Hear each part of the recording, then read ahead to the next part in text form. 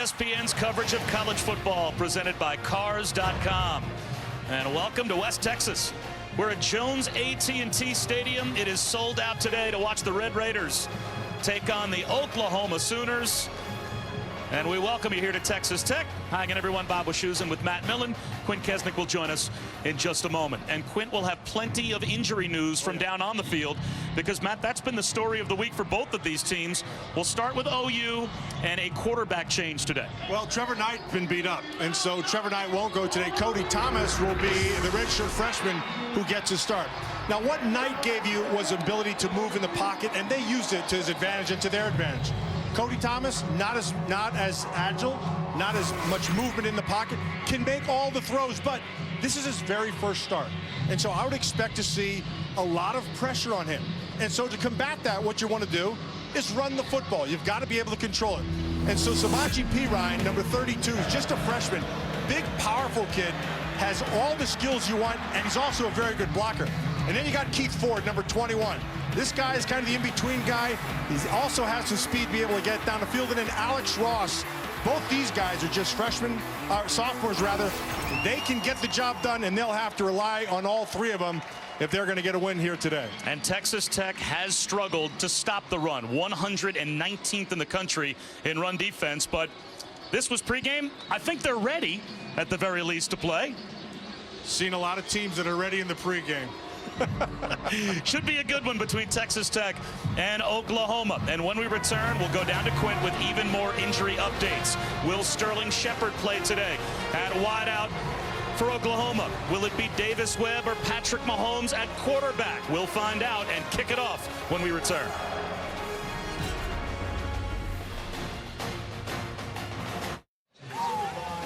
Welcome back to Lubbock. A moment ago, the Red Raiders set to take the field as they will try and get a win. They've only won one game so far in the Big 12 this year, and it will be guns up today against Oklahoma. Bob Stoops and Matt Millen upstairs, and downstairs we've got Quint Kesnick. And Quint, even more injury updates to give you. Yeah, Patrick Mahomes will start this game at quarterback for Texas Tech.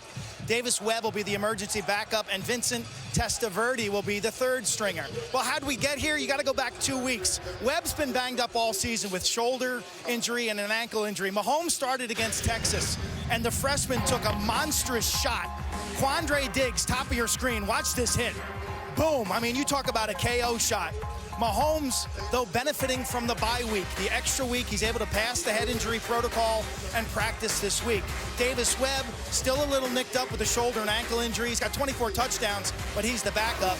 And I think the key for Mahomes, Bob, he's a dual sport athlete. He's got a lot of poise. He's an excellent pitcher, 93-mile-an-hour fastball, and he can run and extend plays, and that may come in handy for Cliff Kingsbury today. Well, Cliff Kingsbury was given a huge contract at the very start of this season, off the win in the Holiday Bowl last year against Arizona State. And the natives a little bit restless here in Lubbock because at 11-11 and a 3-6 record this season, Matt, the question is, did they give him a contract that he should have maybe earned over more of a course of time too soon? Yeah, well, that's going to be the question, and the answer is it doesn't matter because they've signed him. He's theirs. He's got the skills and abilities to be able to make it work. What he's got to be able to do is he needs some better players, particularly on defense. But this offense that he's tried to put together is young in a lot of spots. But this defense, if the defense plays well today, they'll have a shot. Unfortunately for Texas Tech, their defense has not played well for the majority of the season. They are really short-handed. You're talking about a team that has junior college transfers on their defensive line and a tremendous amount of youth in the secondary. Well, with Cody Thomas making his first start, I would think we are going to see a lot of run-heavy offense out of this Oklahoma Sooner offense. They have a massive offensive line, and let's see if they don't try to take advantage of that. So Oklahoma will start with the football, and the ball was rolling off the tee as Kramer Fife tried to put it in play. So they will re-tee. The wind is howling here and swirling at Jones AT&T Stadium. Q, you're down there. It seems like this is going to be a game, especially on special teams, where the elements will play a part. Yeah, you know, earlier during warm-ups, I wrote down left to right wind at about 15 miles an hour. 2 seconds later, it's right to left. So it is swirling on a possession-to-possession basis. These special teams coaches and head coaches will have to decide. See if it stays on the tee here for Kramer Fife. Alex Ross and Deron Neal are back deep to receive, and now they'll have to bring someone in to hold the ball. Way to go, for Kramer Fife. You jinxed him right off the start. I'm good at that. You are really good at that. The announcer jinx, extraordinarily well executed by yours truly again. Well done. Hey, it's near Thanksgiving in West Texas. What do you expect? You're going to get some breezy days. And although I will say this, what a phenomenal day. Yesterday, it was pretty darn cold. Today, it's gorgeous. So Tevin Madison will go in and hold it for Fife.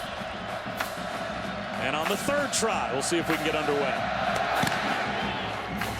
A returnable kick dropped by Neal. It comes out to the 6-yard line where he scoops it up. Check that Ross, and Ross gets out to about the 23. So a nervous moment on special teams for OU. And Quint, let's go back down to you again. It looks like Sterling Shepard not only is going to play today, but it looks like he'll head out there and start today's game with the Oklahoma offense. Yeah, he injured his groin on November 1st early in that Iowa State game. Did not play last week against Baylor. Warmed up to the approval of head coach Bob Stoops. And Shepard is a big weapon back in this lineup. 50 receptions, 5 touchdowns. He can stretch the field. He's one of the better playmakers in the Big 12 Conference. And Matt, for Cody Thomas, that has to be a really nice security blanket to have on the field with Shepard playing. And they'll start with play action. Incomplete. Blake Bell was the intended receiver. So Cody Thomas making his first start. He plays outfield for the Oklahoma baseball team, so he is a player that has a lot of athletic skill, but still starting on the road for the first time in conference. That's a challenge. Yeah, I actually like that call to kind of keep people off balance, but right now I'm going to expect a run, and I'm going to expect this defense to bring people down, and here they come. They're bringing them down. P. Ryan right up the middle, close to a first down. So let's take a look at today's impact players, brought to you by Jared the Galleria of Jewelry, and those two backs expected to play a huge role today for Oklahoma. And they're young. Alex Ross, just a sophomore, he's got great speed. Samaje P. Ryan, big, powerful guy, can beat you inside. Pete Robertson, the defensive end, is their lone guy who's got the intensity and the ability to be able to get the edge in the pass rush. 3rd down and 2.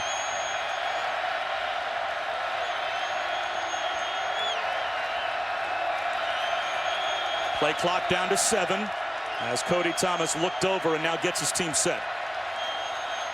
They'll try and run for it. Nice cutback by P. Ryan, another one. And he dives out to about the 42-yard line. J.J. Gaines eventually made the stop after an 11-yard pickup. P. Ryan is a special player. I mean, if you look at him physically, he's a guy who's mature and he's gifted. But he also has in those gifts very good feet in the hole. And so you'll see this cut like right here. You know, that stuff, a lot of guys can see it. Not everybody can make it. P. Ryan can make it. They'll give it to him again. And this time he fights his way for about 2.5. Now that's exactly what Texas Tech wants this running game to do. They want it to run sideways. As long as they're going sideline to sideline, they're not gaining any yards. If you can get these backs that way, you've done your job. And the majority of this is going to come down to being able to hold up on the inside. You've got to be able, they're not very big inside, Texas Tech defense. They've got to be able to hold the point to force it sideways. A little tunnel screen to Deron Neal. And he's dragged down about 4 yards shy of the first down by Sam McGuavin, who is back in the lineup and healthy this week for Texas Tech. So it will be 3rd down and about 3. So one of the best things you could do for a young quarterback is if you're going to get into 3rd down, make it 3rd and manageable and have a big offensive line in front of you with these backs. And Mike Smith, the defensive coordinator for Texas Tech, spent 9 years on Rex Ryan's staffs, Baltimore and New York. Back to throw is Thomas. Out in the flat, he's got a man. It's Aaron Ripkowski, the fullback, who leaked out and picks up the first down. So we expect to see Mike Smith trying to dial up some exotic pressures today, a la Rex Ryan. But does he have the horses to pull that off up front against this offensive line for Oklahoma? It's one thing to bring people and bring numbers. It's another thing to cover people on the outside. You just saw Justice Nelson coming up on the outside after there was a kind of a pick that they set there. Sets up this first. P. Ryan up the middle. Maybe a yard. Rika Levi was there to make the stop. Rika Levy, pardon me. Yeah, Rika Levy, there's Mike Smith right there. Now their interim defensive coordinator. He's got a good football mind. He knows exactly what he has to do. And like you said, Shoes, you've got to be able to have the guys to be able to pull off what you want to do. Number one, you can take chances. Where he's really going to have to take chances is on the outside with man coverage. Because the only way to help inside is to bring extra people down in the box.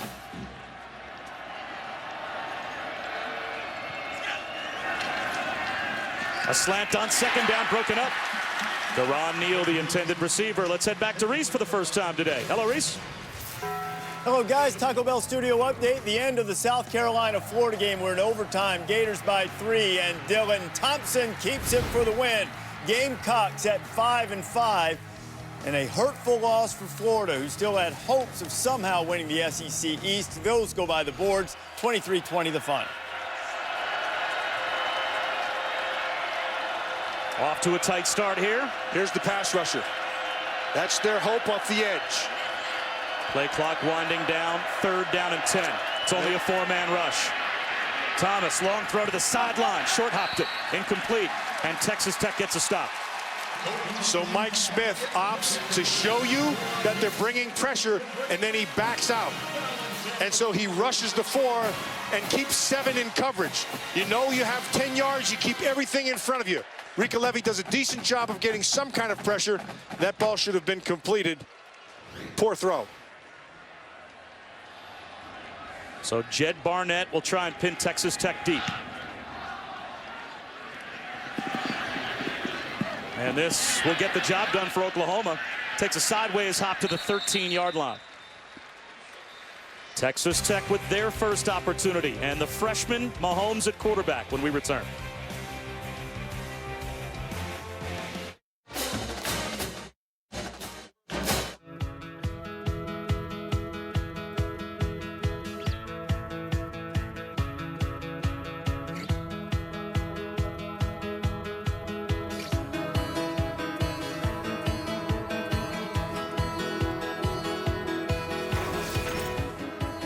Back in Big 12 country here in Lubbock. ESPN College Football presented by Cars.com. Bob Wischusen, Matt Millen upstairs. Down on the field, Quint Kesnick, and the first offense opportunity for Texas Tech from inside their own 15-yard line. The freshman Patrick Mahomes starts off 1 for 1. Devin Lauderdale makes the catch, gets popped out of bounds at about the 20-yard line. It's a gain of 7, and he might turn out, Matt Millen, according to the coaching staff, to be the best pitcher that Texas Tech baseball has ever had. But he starts at quarterback today. He's got a 93-mile-an-hour fastball, and here he'll air one out down the sideline. It's a jump ball through the hands of Bradley Marquez and incomplete, so it sets up 3rd down and 3. Well, there's no question that he has good athleticism. He has himself a nice arm. What he also has is no experience. And so what he's going to have to do right here is calm himself down. Look, getting this 3rd and 4 is manageable. It's important for this offense to get a little kind of momentum. And so getting first downs and moving the chains is going to be important for this group. Quentin White empties the backfield on 3rd down and about 3.5. Only a 3-man rush for OU. Mahomes still under some pressure. To the sideline, he's got Marquez. That's a first down for Tech. Close to midfield, bumped out at the 46. You got an OSU, you got a Oklahoma guy down. Yeah, and so they go with a 3-man rush, which means they're dropping 8 and they're playing a zone. And when you're in zones like this, you have to be aware of not only things in front of you, but behind you, especially if it's 3rd and 4. The guy it looks like it's down is Jordan Phillips, number 80, who I happen to think is their best lineman. Jordan Phillips is a powerful, powerful kid. And I thought the matchup of him inside against Jared Castor was going to be a key thing for this Oklahoma defense. Just a sophomore. And a redshirt sophomore. He was a medical redshirt last season with a back injury, but he's been much more stable this season. 334 pounds, 4 tackles for loss, couple of sacks, and he's the force in the middle of that defensive front for OU. Yeah, he's just figuring it out. He's just learning how to play defensive line inside with his hands, keeping his pad level down. And to be honest with you, he needs to keep his motor up all the time, because there's some times where it's not there. When he's on, he is really tough to block. Watching tape with you this week, he was one of the players that jumped out to you as you think having a pretty bright future. He's got it. He's got to be consistent. And that consistency has a lot to do with his motor. So a good start for Patrick Mahomes. A third down conversion, and he'll run it. Can't get loose in the backfield. Gets dropped for a loss of a couple. Eric Stryker made the stop. And it's hard to believe that this is the 16th year on the sidelines at OU for Bob Stoops, the winningest coach in Sooner history. And all he's done is win the Big 12 every other year he's been in Norman. Yeah, Stoopsy is...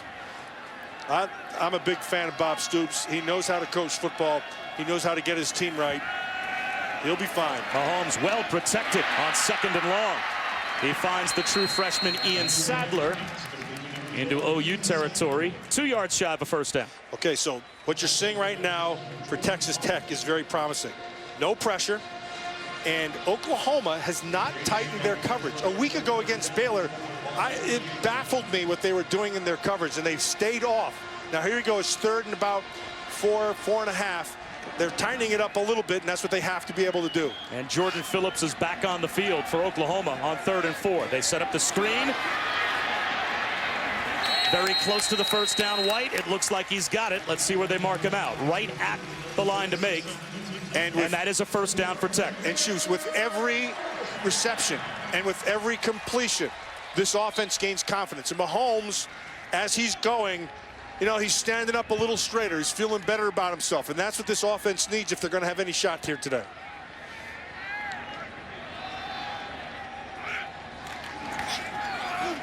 Another quick throw to the sideline. Complete. This time it's Dylan Cantrell.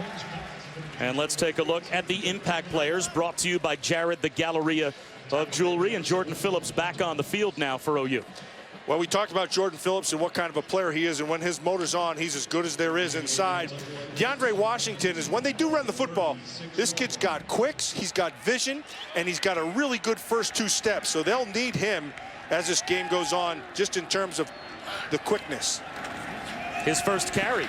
There it is. First down. He's got good vision. You know, some guys can see things and they just can't quite get there. You saw that with Samaje Perine. He has the vision and he can get the movements. Washington's got the same thing. When you were playing linebacker, how quickly were you able to diagnose a running back on the other side and say, I've got my hands full today, this guy can see it? Great question, because here's the deal. The best linebackers are washed out running backs. They can see the things, they just couldn't quite get there. I'll give you a story. Barry Sanders, who I consider the best runner I've ever seen. And a lot of people would agree with me. I was talking to B one day and I was like, Barry, how the heck do you see those things? How do you get there? And he goes, well, you see the same things I see. I can just get there. Like, good explanation. Good point by you. Vision is a critical thing. The reality is, peripherally, some guys don't see it as well as others. The great ones see the whole field. The good ones see tackle to tackle. The average ones see what's in front of them. What looked like a first down for DeAndre Washington is actually about an inch short. So it sets up 3rd down, and the nose of the football to gain for Texas Tech, try and keep the drive alive. So you would describe yourself as a washed-out running back? Is that the Matt Millen bio now? Absolutely, yeah. I was very good right up until somebody tackled you. Here's Kenny Williams in a tailback. He's the leading rusher the last 2 years for Texas Tech, and now maybe a false start. This changes things now for Cliff Kingsbury's team. Now it's 3rd and 5. False start. Offense, number 35. 5-yard penalty, 3rd down. And if there was an Achilles heel for this team this season, that's it. Not only last year were they the 2nd most penalized team in all of FBS, but they have continued that problem, unfortunately, this year, backing themselves up here to 3rd down and 5. That just speaks to discipline, and that's taking care of the little things. Here comes OU shows blitz, and here they come. Lobbing it down the sideline is Mahomes. Jakeem Grant was the intended receiver. No one was home, and it was Eric Stryker that came untouched. And now a decision to make for Texas Tech. Fourth down and 5. Jordan Thomas down here was lucky because they did the double move on the outside, and had Jakeem been able to get on the top side, that was 6. I like this call. So Texas Tech at 1 and 5 in Big 12 play. Why not go for it on 4th and 5? They've got to be able to protect up inside, give them a pocket to be able to step up into. Play clock winding down. They barely get the snap off. Mahomes over the middle. He's got a first down hookup.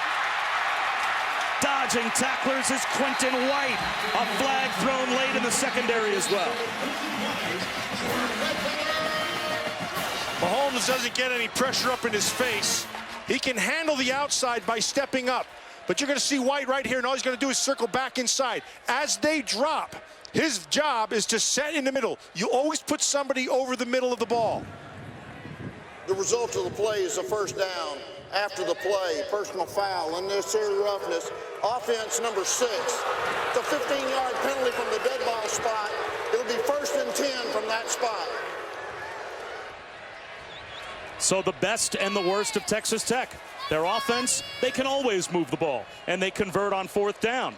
The biggest problem they've had, though, turnovers and penalties. And now they commit a foul that basically puts them all the way back to where they just were before the 4th down conversion. Yeah, there's an old rule. Don't beat yourself. Not a hard one, but boy, they have a hard time learning it.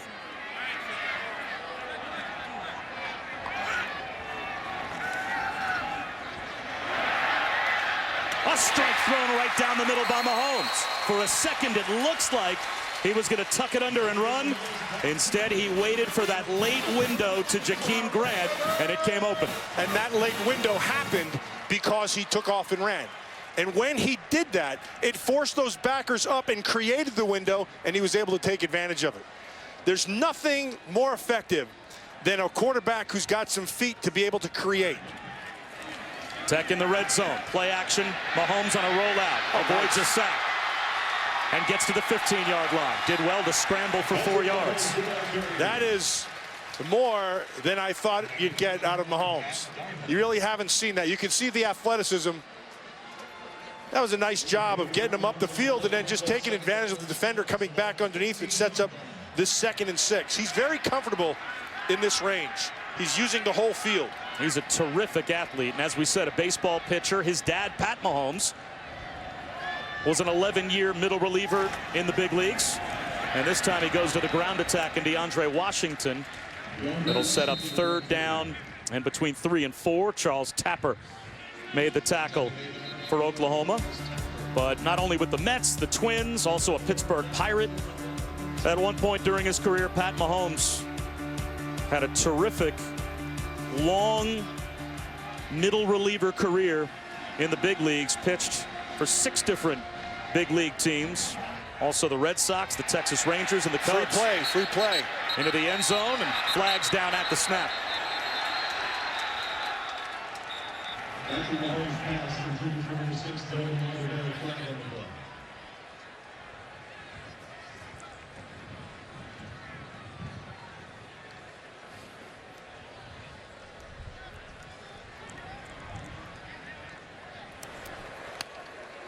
Offside. Defense, number 92, contact in the neutral zone, 5-yard penalty, yardage results in a first down. And that's why they blew it completely dead, because it was contact. If they had just gone into the neutral zone, they'd have let that play continue. So now it's 1st and goal for Texas Tech. I got to tell you right now, the offensive line of Texas Tech is doing a great job against this OU front. They are giving Mahomes plenty of time, and these receivers are finding holes. If I'm OU right now, I'm locking my guys up. Get locked up there in coverage and make Mahomes throw into a small window. They run the option. The pitch wide to DeAndre Washington. He's out of bounds at the 5. And these two teams normally completely the opposite of what we're getting here early in the first quarter. It looks like Tech will most likely strike first, and yet Oklahoma is 4th in the country in point differential in the first quarter. And so what has to happen right now for Oklahoma is they've got to hold it to 3. Conversely, this Texas Tech offense, they need points. They need 7, not 3. They say Washington stepped out at about the 7. They'll swing it to the 5. Kenny Williams makes a move. He's at the pylon. Brought down just shy of the goal line. It'll be 3rd down and goal at the 1. Ahmad Thomas saved the touchdown. That's a really nice play call by Cliff Kingsbury. You have the play action to the inside, and you get the back in the flat right away. And as soon as you do that, you just dump it. And then it's just speed. Big down right here for this OU defense.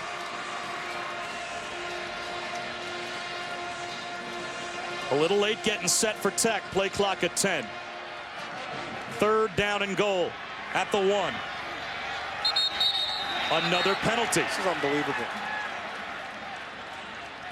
It's a point drill.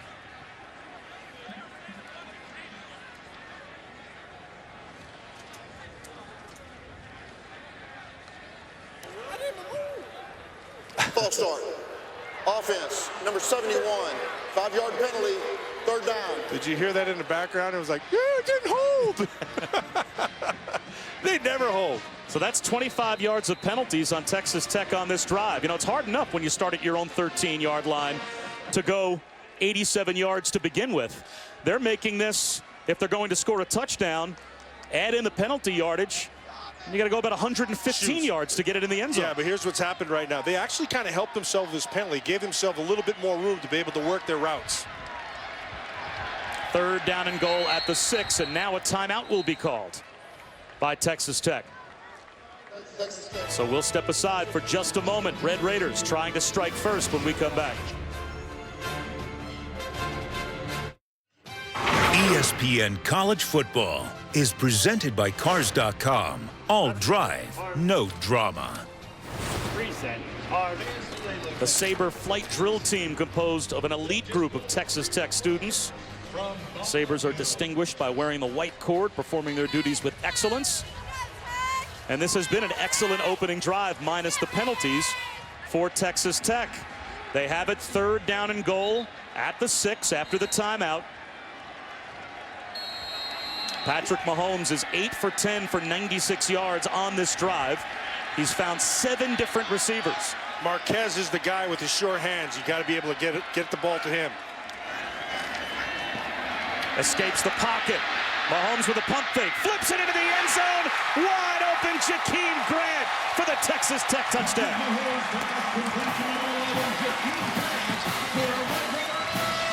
That was all Mahomes' feet. Same thing we saw on 3rd down. When he starts to move forward, you'll watch the defense come towards him. Right here, they make a choice. Now it's inside. See the eyes come back inside? The eyes came back inside, and that was the difference in the play. Looked like Stephen Parker, number 11. When he started to run, his eyes went from his receiver to the quarterback, and there's your difference.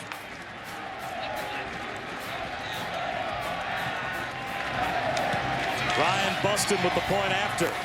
Caps a 16-play touchdown drive. And Texas Tech, they're on their feet here in Lubbock. They've got the early 7-0 lead.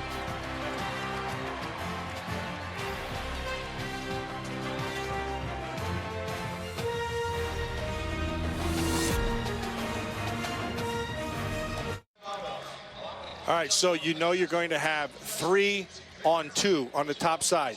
Here's your key. You have an inside, you have to build the wall. So anytime that they come to an inside move, this defender is going to let him go, and it falls on him. In this case, it's Stephen Parker, number 11. And so 11 then becomes a man-to-man guy right there. It is now his coverage the whole way. Here's his mistake. Look at his eyes. It's back inside. Once the quarterback, Mahomes, starts to run, he views here. There's the difference. When you're in man coverage, regardless if it's a combination of or not, when you're in man, stay on your man. Once you look back inside, you're beat. Eye discipline. I know that's something you talk about a lot. All the time. There's a breakdown, and that's a true freshman at safety, Stephen Parker, trying to play it both ways. Yeah, what he's trying to do is do too much. Here's a very simple rule for all you high school players out there. It's real simple. Know and do your job. Don't try to do more. Don't try to tackle the quarterback. That's somebody else's job. Your job is to cover your man, cover him. No chance for a return for Alex Ross. And let's head back to Reese. Bob Stan, my role is to provide the Dr. Pepper conference update, and it is a weird day in the Big 12. Kansas and TCU. Kansas getting the touchdown pass from Cummings to Jimmy Mundine, made it 13-7. Now keep your eye on this next play. Greg Allen comes on the field. He's not supposed to be there. He was the 12th guy. The pick six by Ja'Cory Shepherd is waved off because Kansas had an extra guy on the field, but still, the Jayhawks are on top of number 4 TCU, 13-7 in the second quarter. Talk about sleepwalking your way through the start of a game. TCU struggling in Lawrence, and Oklahoma struggling in Lubbock to start. They'll run it with Keith Ford. He tries to turn the corner and does. Breaks a tackle and fights his way for a first down. And Quint, you're down there on that Oklahoma sideline. Was this a team that, from your standpoint, seemed like they were ready to play this game? No, I've seen no indication, both during warm-ups and then in the first 11 minutes of this ball game, that they are emotionally engaged and emotionally ready to play this ball game. That is a dangerous proposition when you go through the motions, especially on the road. And kind of predictable coming off that Baylor loss. Bob, I haven't seen any examples of player leadership on the bench. You know, maybe a senior captain going up and down the sidelines, try to provide a spark. They need a big play on offense or a monster hit. This team is flat as a pancake. Shoes, you want to get this thing going? It's really simple. Let your offensive line maul that defensive front. Make them prove they can stop you. That's all you have to do. Hand the ball off. Well, they just did on first down and had an apparent first down and then a holding penalty. Now they'll try it on first again with Keith Ford. And this time, Texas Tech's interior D was ready. DJ Fehoko came up along with Sam McGuavin. That's a gain of only 1, maybe 2 yards. So now it's second down and a mile. But a nice job of that defensive inside guy. I think it was Rika Levy who did not move. Man, he's a big man. He's got some stout to him. Some people say that heft. Others just call it just weight. A little excess avoirdupois, I might add. However, that guy, when he sits down, it's hard to block him. Play action for Cody Thomas. Long throw to the sideline, incomplete. Now it'll be third down and 16. Deron Neal was the intended receiver.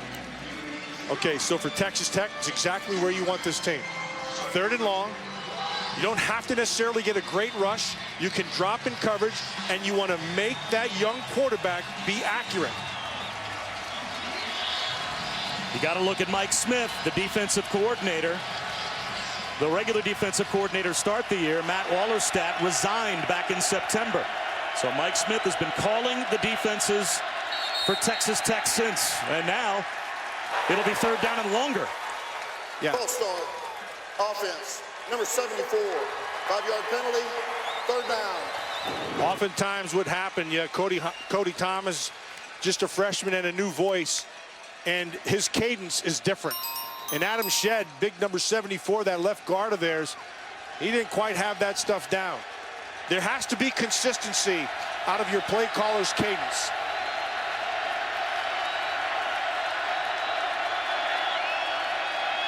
Dropping 8, looks like they're going to rush 3. On third and 21. Thomas, high throw up the seam, and it's incomplete. Lake Bell was the intended receiver, but that pass had no chance to squeeze through 3, maybe 4 Red Raider defenders as J.J. Gaines was lurking. Yeah, this is just smart defense. You're going to rush your 3, and now you want depth. They have to get 16 yards. This is really well played by the linebacker underneath. That's Pete Robertson. All he has to do is stay in front of him. That forces the ball high, and that gives your back 3 a chance to make a play. So Jed Barnett from the goal line kicks it away. And it takes a Texas Tech bounce on the sideline. And OU will eventually down it, but in Oklahoma territory. So great field position for Texas Tech for their second possession. Let's take a look back, though, at their first possession. Our Mitsubishi drive recap, and this was a 16-play touchdown drive that the Red Raiders spread around to start the game. And inevitably it came down to one guy, and that was Mahomes. Mahomes' feet in the critical situations were the difference in that drive, because surely they tried not to do it by having 25 yards of penalties. So Mahomes was able to overcome those things and make the big play when he had to. Washington on first down for 2 yards.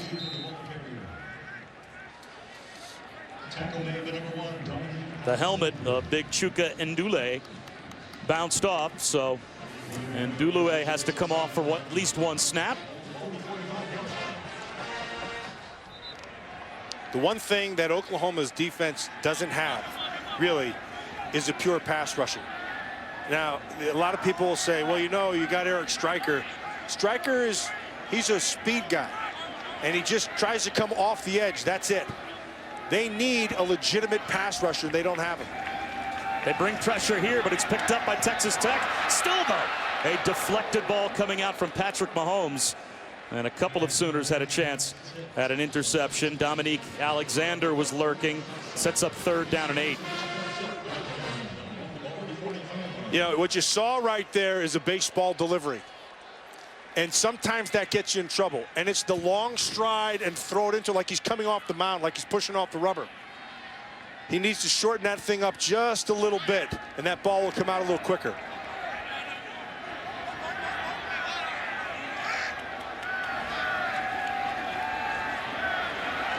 Mahomes extending the play, flag out. And he'll throw it down the sideline, wide open. He's got Ian Sadler, who's in for a touchdown. But the flag thrown in the offensive backfield. It will be holding against Tech. This kid's pretty good, Shoes. Offense, number 56, 10-yard penalty, 3rd down. He's got a little something. No, he's got a lot of something. He's got what you can't teach. Mahomes has a little bit of poise in the pocket. You cannot, you either have that or you don't have it. And that guy, he's got a little bit. We talked with Eric Morris, the offensive coordinator, about Mahomes yesterday. And he said, look, this was a kid that was not only all-state in baseball, and that might be his brightest future sport. He was all-state in basketball, all-state in football. All he did in his high school career was win. And he might have a free play here. He does. He'll take a shot down the sideline. And it's incomplete. Why not, though? He recognized that Stryker was in the neutral zone, so this penalty will go against Oklahoma. Offside. Defense, number 19, 5-yard penalty, 3rd down. Yeah, that's Eric Stryker. I talked to you a little bit about him earlier. Eric Stryker, his first 2 steps are really, they're pretty amazing, actually. If he can beat you on those first 2 steps, he'll beat you. But if I'm pass rushing him, I'm inviting him to the outside because he never goes inside. He's just an outside pass rusher with speed. Those guys are a lot more defendable. 3rd down and 13. Just into Oklahoma territory. Mahomes, high throw down the sideline, incomplete. A late flag comes out. Ahmad Thomas had a chance at an OU pick, but a late flag thrown in the secondary. And this might give Texas Tech a free 1st down. I don't think it was on Thomas. He was Holding. Defense, number 10, 10-yard penalty from the previous spot, automatic, 1st down. Yeah, that's Quentin Hayes. Yeah, Hayes was back underneath. It looked like he had a little bit of a hand on him. I saw it on the periphery. I couldn't really get a good shot of it, but again, it's the same old story. You beat yourself. That's like a turnover. You're about to get the ball back, and now Texas Tech has a 1st down, and the drive stays alive, but they're going to lose a yard here if DeAndre Washington is ruled to have caught that football, and it looks like they'll say incomplete. Either way, it's 2nd down and long. Somebody needs to light a fire, kick somebody in the rear end, start a fight, or do something for that Oklahoma group. And I agree with what Quint said earlier. They are just kind of going through the motions right now. And when that happens, you have to feel it and take it upon yourself And you got to pick your game up. And sometimes, you know, you just have to make it personal. Mahomes throws it away.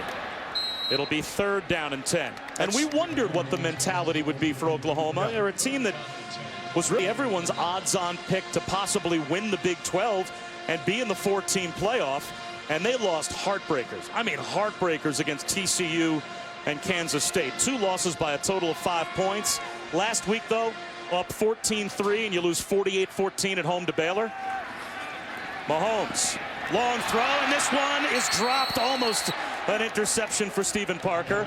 It will be 4th down, just inside the 40-yard line.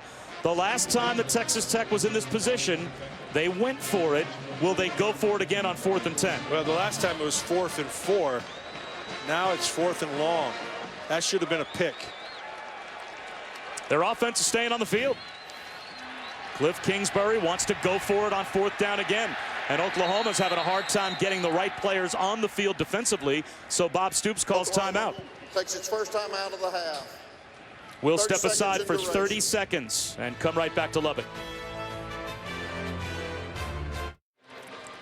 Saturday Night Football on ABC features one of the great rivalry games, and it's so good to see this game with national championship implications again. It's the Noles and the Canes. Saturday Night Football on ABC, 8 Eastern, 5 Pacific. Florida State has won a school an ACC record 25 straight, and yet still they are only less than a field goal favorite tonight against Miami down in South Florida. That Florida State defense, they better buck it up. Duke Johnson, he's pretty darn good.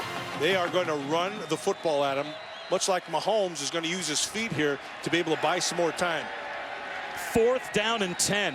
And for the 2nd time here in the 1st quarter, Texas Tech going for it on 4th down. Rather than playing field position and trying to pin Oklahoma deep. Looks like they're going to play a little bit of man under, too deep. Well, Mahomes better hurry, or else Tech will have to call timeout. And they did. And they're just going to let the clock wind all the way down. He might kick it now. Yeah, they were going to look to see what they were going to give him. And they showed the 2 safeties with your safety, I mean, with your corners up. Penalties decline, 4th down. And Quint, you're down there. Interesting decision here as Bob Stoops declines the penalty. How about the wind? How hard is this going to be for Taylor Simak to try and pin this one deep inside the 10? Wind right now is blowing right to left across your TV screen. The sun could be an issue, though, for the return man. It is a beautiful day here with the blue sky, and the sun is shining bright right now. So the wind, not that much of an issue. The sun for the return man could be troublesome. And Bob Stoops decides to take the penalty. It was not declined, so they will back them up 5 yards. And Simak gets away a wobbly spiral. And it takes a terrific Texas Tech hop inside the 5. It looks like they will mark it touchdown at the 7. But nice special kick. Teams for Tech does its job with 53 seconds to go in the quarter.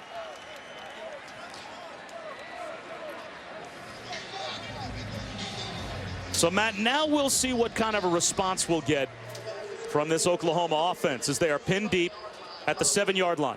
Shoes. For the life of me, I don't get it. Line up and power these guys. Go right at them. This offensive line, except for the center, who's about 290, they're all 330 plus. They're big, athletic. They've got toughness. They have experience against a smaller defensive front. I just pound it on them, and I'd keep on pounding it on them. Arika Levy at 99 is really the only big body on the interior of that defensive line for Texas Tech. And here's the run game. Keith Ford out to about the 14-yard line for a gain of 7. Yeah, we talked about these 3 young running backs for this Oklahoma Sooner offense. This one, Keith Ford, he's got good speed and good vision, and it seems like we say that about all of them. But I'll tell you what the 3 of them all have. They all have good toughness. They all run behind their pads. In other words, you'll watch them lower their pads, and they're not afraid to take you on. Ford again, bounces it left, flag down. A couple of penalty markers thrown. From the same guy? No, that's oh, okay. One was from the referee and one was from the umpire. It's usually a hold. Holding. Offense. number 77. Half the distance to the goal, second down. It's one of my favorite names for linemen in all of college football. Deontay Savage. That's one of those where when you're the parent of Deontay Savage, you basically tell your son, we've given you the name. Yeah. The rest is kind of up to you. Yeah. Live up to the name, my son. We've done all we can do for you. And that should take us to the end of the quarter. But Oklahoma has made some mistakes, penalties, short-circuiting what would have been a first-round dive, or first-down dive. And we head to the second quarter with Texas Tech up by a touchdown here in Lubbock. A terrific college football atmosphere. And Tech plays a very solid first quarter.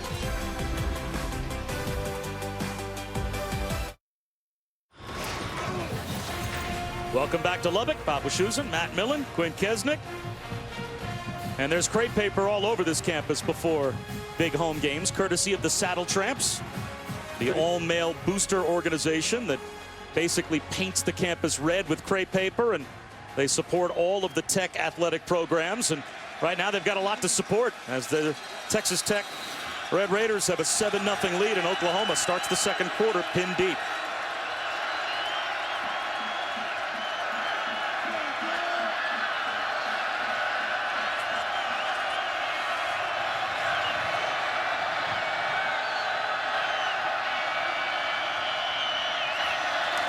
Cody Thomas with a handoff to Alex Ross. He finds room and plenty of it out to the 16-yard line, a yard shy of the first down. So it sets up third down and short. Choose any time Texas Tech is going to give you two safeties deep. You're going to run at it every time. And when they spin down and they're wide, you're going to continue to do that same thing. Alex Ross shaken up on that last hit. Geez, that's the third guy. I was just talking to Quinn in between. There's a couple guys who were banged up. Well, Oklahoma just got Keith Ford back for the Baylor game. He missed 5 weeks with a broken right leg. Samaje Perine, he can be a workhorse, 243 pounds, but he's only a true freshman. I don't know if you want to have him out there as the sole running back all afternoon. So now it probably would be Ford and Perine that'll have to split things if Ross can't stay in the game. And let's head down to Q. Q, this is not the first injury that could impact this afternoon's game. No, as Ross gets to his feet and walks off, they were looking at his left knee. Earlier, you remember that incompletion to Blake Bell across the middle.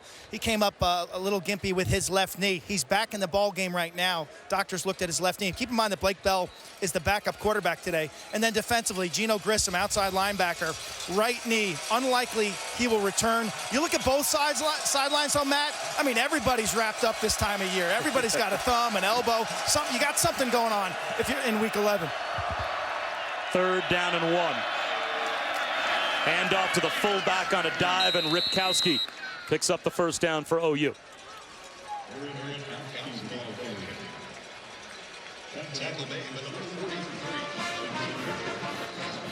Aaron Ripkowski is a former walk-on that won the Derek Shepard Award back in 2012.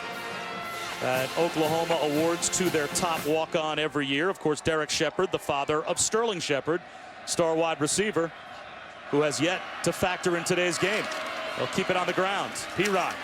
No, check that, a play-action fake and a bullet thrown over the middle by Cody Thomas. He finds KJ Young, and that's a big Sooner first down. Just the fact that you mentioned the run to the inside tells you how good the play-action fake was, which means the inside guys, those linebackers, they bit hard. Another play-action fake for Cody Thomas. He goes downtown for Deron Neal. Neal wrestles for the football. What a catch by Deron Neal to the Texas Tech 12-yard line.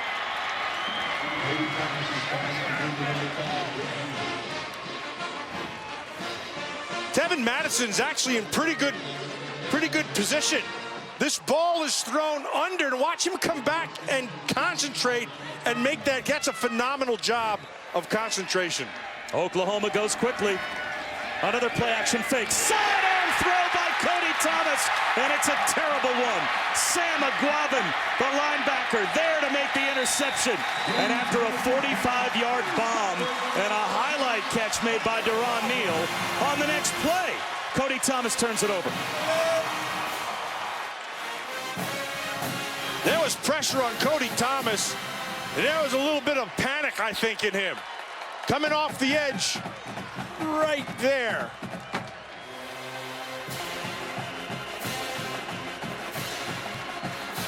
Yeah, that's Keenan Ward. Keenan Ward got the pressure, and there's the difference in the play. He should go back. Guavin should go back and thank Keenan Ward, because that was all on Ward's pressure.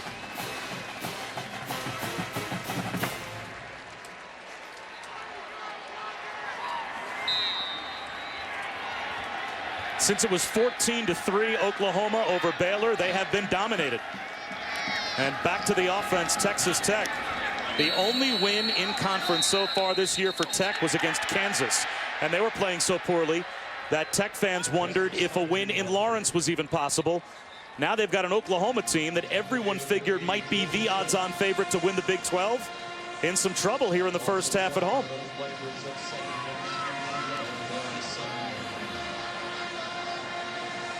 Rocky start. The first start for Cody Thomas. Patrick Mahomes checks down underneath. Justin Stockton, another true freshman, looks to have a Tech first down out to the 19-yard line. And we're talking about Mahomes, but I got to tell you, right now, the most impressive group is this offensive line. This offensive line has not given up a lot of sacks, and they get rid of the ball pretty quick. But this group has done a nice job of protecting Mahomes and giving him an area when he does get pressure to step up into. And that has been the difference in this first half. Here comes pressure off the edge. They're loading them down. Let's see if they keep coming. Mahomes seemed to see it coming. Maybe change the protection, keeps the backs in to help, Smart. And gets it away quickly to Bradley Marquez. You're noticing things with this true freshman quarterback. Some composure, some recognition Poise at the line. Well, you don't usually see that out of a young quarterback like this. That's hard to say. I mean, you can see this guy's been in these situations, but most importantly, he's comfortable with these situations. He's got the guy underneath him dead. Flea flicker instead. It's Jakeem Grant. Out to the 45-yard line. Nice delay. That's a nice play call and a nice design. Yeah, normally what you do when you do that flea flicker back, you try to hit the bomb underneath. This time they brought Grant on the crossing route. He was wide open. Oklahoma, they're going to get caught potentially with too many guys on the field. Now the officials standing over the ball and allowing them to be able to do the substitutions. Texas Tech did substitute as well, so OU given a chance to substitute. It's 1st and 10. Spread out, 5 wides. Normally here you like to bring pressure up inside. See if they do it. Play clock at 2, and they have to call timeout. That one called by Cliff Kingsbury from the sideline. Texas Tech. 7-0. Texas Tech has the lead here in the first half. Reese Davis with you, updating Nebraska-Wisconsin. Important game in the Big Ten West. Wisconsin down 17-3. Watch Melvin Gordon here. I mean, what balance. 62 yards. He's got over 100 yards in the first half. But the Cornhuskers with a 17-10 lead on the road. It is on ABC. Elsewhere, Alabama in the top of the 5th with a 5-0 lead against Mississippi State. And look at the other one. Kansas takes a lead to halftime against number 4 TCU. All right, Reese, thanks very much. I guess it was a Amari Cooper 2-out single in the top of the 5th to give Alabama the lead. 7-0 Texas Tech here. Trying to maintain his composure in the pocket was Patrick Mahomes, as he couldn't find DeAndre Washington on the check down. And while we were away, Mike Stoops, he's trying to fire up the troops because I guess he senses as well, Matt, it's kind of a flat line so far in this game for the Sooners. Yeah, and the group that he's after right there is that secondary. A week ago, that secondary was, well, atrocious comes to mind. They were just as bad as I've seen in Oklahoma secondary play. He knows it. Let me tell you something. If you have to rely on your coach to get you fired up, you shouldn't be out there. Mahomes with a long throw to the sideline. Flashes that arm to Devin Lauderdale. About a yard shy of the first down. So it sets up 3rd down and 1. Hey, this Mahomes, I can't say enough good things about him. This guy, and that's a nice catch by Lauderdale up front. But you want to tighten up your coverage, and you want to be able to be consistent with tight coverage. and Mike Stoops knows it. And so he tried to bake some calls in to get his guys up there, but for whatever reason, they had not been walking up and getting their hands on people.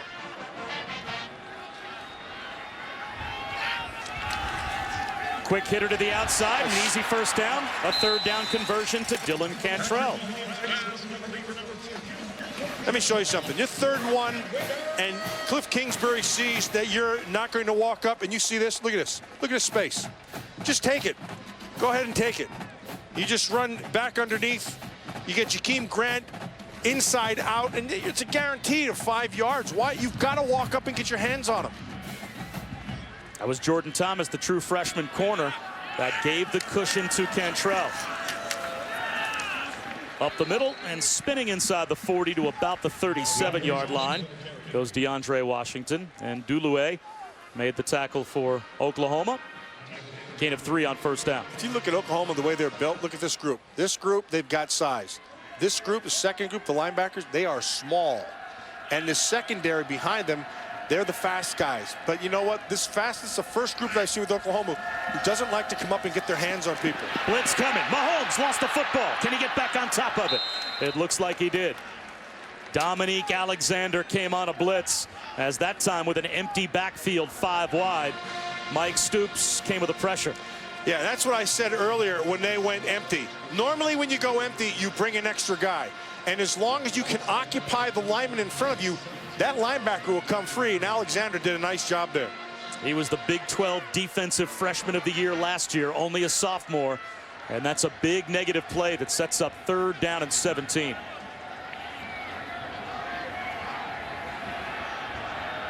This might be 2-down territory, depending on what Texas Tech gets on this play.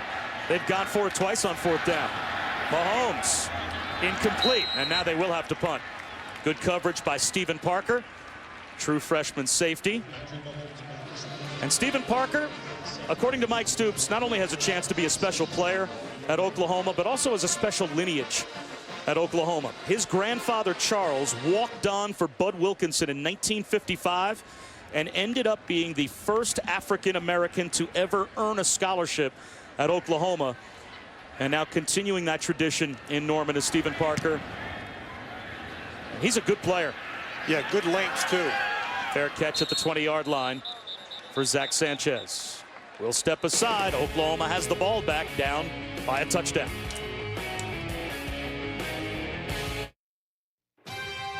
ESPN College Football is brought to you by BMW. We only make one thing, the ultimate driving machine. The City of Lubbock's Silent Wings Museum, the only museum in the world dedicated to telling the story of the World War II glider program. And we glide midway through the 2nd quarter and head down to Quint Kesnick on the Oklahoma sideline. And Q, we have not seen Sterling Shepard since the first OU possession. No, never a good sign when player and helmet aren't together as one. Shepard's helmet is down on the ground by the Gatorade jug, and he is now a spectator on the sideline. No helmet. Looks like he gave it a try after injuring that groin on November 1st and felt it wasn't strong enough to continue playing. Keith Ford for about 2 yards. Well, it was basically the same story last week against Baylor. He has a groin injury. He tried to give it a go in pregame warm-ups and was shut down for the day last week against Baylor, and at least got into the game on the first OU possession today, but it looks like Sterling Shepard done for the rest of the afternoon. Cody Thomas on 2nd down and 8. Swings one and pulled the string to Keith Ford. Now it's 3rd down and 8. I'm surprised they haven't run at this with their safety sitting back. I don't understand it. That's your advantage. Use it. And this gives defensive coordinator Mike Smith a chance to put a completely different personnel group on the field on 3rd and 8. And a different look and a possibility of pressure. Mike Smith's calling a good game so far.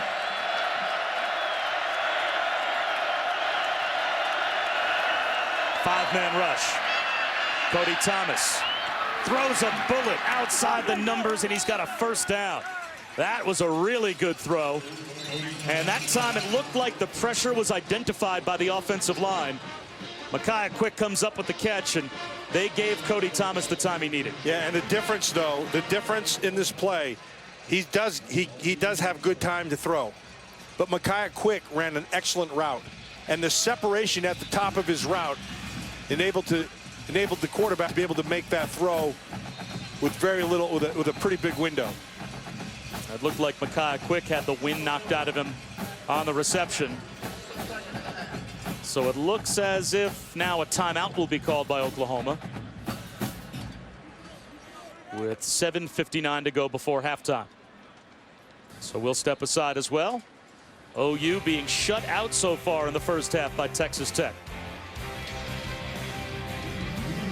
Reese Davis with you. Let's update with a showdown in the SEC. Mississippi State, #1 in the country against Alabama. Blake Sims to Amari Cooper in the Crimson Tide with a 12-0 lead about halfway through the second quarter.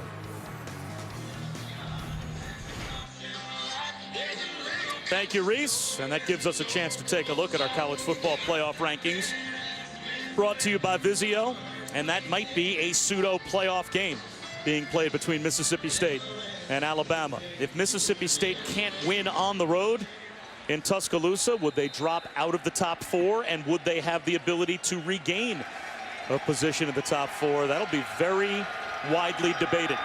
7-0 Texas Tech, and a little jet sweep to KJ Young.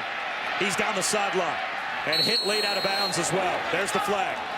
So a bad play by J.J. Gaines as he hit KJ Young after a big gainer, and that will add 15 more.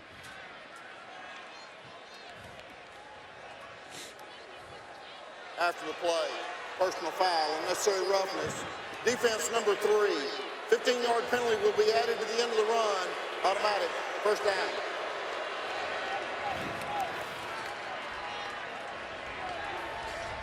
Nice block by Micaiah Quick right there. And then Gaines at the end. He's got to know where he's at. Yeah, that's right on the sideline, but it draws 15. And that gives Oklahoma a first down.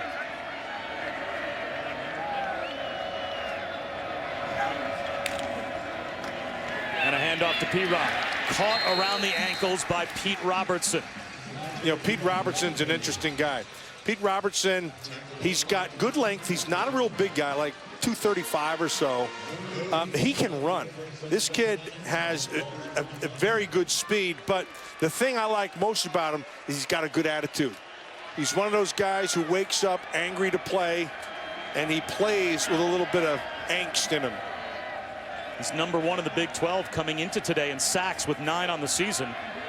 But he went from quarterback to safety to linebacker, now a stand-up defensive end. And they run it with P-Rock. And he runs angry. That's what I would keep doing. 26-yard line. P. Ryan's a man. He is 100% USDA man. And he is, you know, he's only 18 years old. But I would just, you know, I know he's a freshman, tough. I'd just keep on feeding him. Freshmen have proved that they can work it for the long haul all game long, and I'd continue to feed him. 3rd down and 5.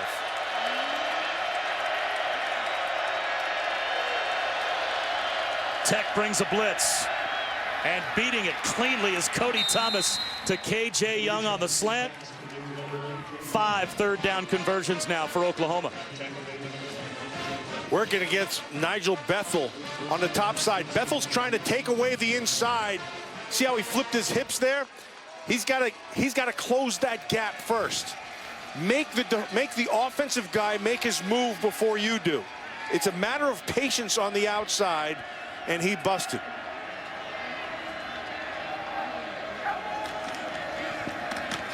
Perine breaking tackles and works hard for about 3 yards to the 15-yard line.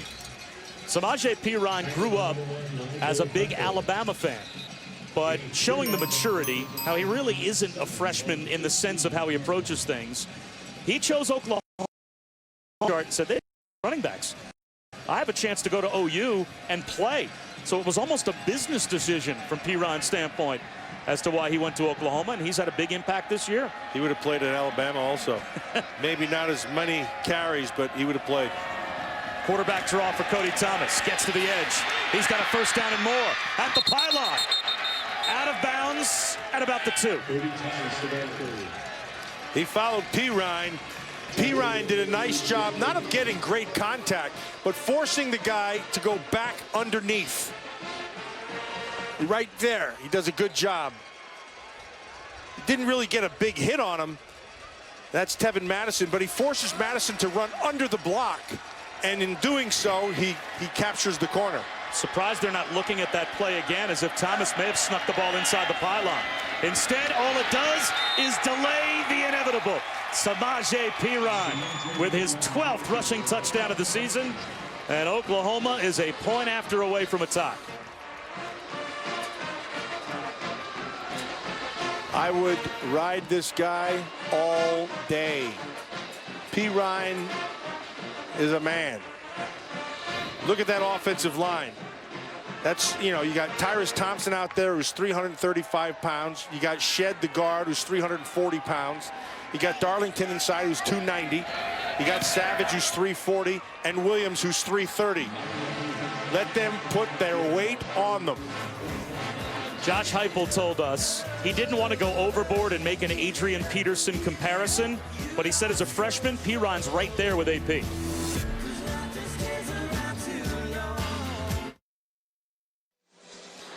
We return with our Pacific Life game summary, and the biggest plays, many of them made in this game so far, have been made by freshmen, true freshmen at that.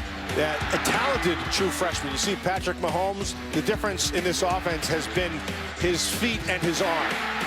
And then Samaje Perine is everything he's supposed to be. As a power runner, as a blocker, he's got it. And I would continue to ride. Now they're going to have him run down on kickoffs, which I wouldn't do. You talked about Adrian Peterson. They're both talented. Peterson is much faster than Perine. A line drive kick that takes a charity hop to Grant at the 2-yard line. And he works his way out to the 28-yard line. Another opportunity to head back for an update with Reese. All right, Bob, we get you up to date on Nebraska and Wisconsin. Wisconsin have lost 6 straight games when trailing by 10 points or more, once down by 14 in this game. Corey Clement goes in for the score, and Badgers have tied the game at 17 on ABC. Good one going there. We've got a good one here in Lubbock, tied at 7 between Oklahoma and Texas Tech. 4.5 minutes to go before halftime. And how important is this possession for Tech? This is a huge drive for this offense. They've got to get some points before the half to give them a little momentum. Mahomes missed it. He's got man-for-man coverage, throws it up, and gets his wide receiver, Devin Lauderdale, to make a big play. And now they'll wave it off. They'll say incomplete. The ball hit the ground. That's on Lauderdale. Lauderdale made a nice adjustment in the middle of that. You heard me say he missed it. He went too high, and Lauderdale did a nice job of choking it down right here and coming back to the ball. The difference is he didn't hold it all the way through. See, he has it, he's down, and he loses it right there. Good call by the officials. That could have been the big play that they needed. Instead, it turns out to be just a flub. Another Oklahoma injury, this one to Charles Tapper. And he needs help getting off the field. Jordan Phillips left in the first quarter, came back on the very next series. So there have been some bumps and bruises to both teams along the way. We've had a few players able to return, but if Charles Tapper can't come back, that is a junior defensive end that was first team all Big 12 last year. They are already without their star wide receiver Sterling Shepard for the rest of the day. So Bob Stoops has some young players out there in some very important positions. And he's in a dogfight here with Texas Tech. 2nd down and 10 for Tech.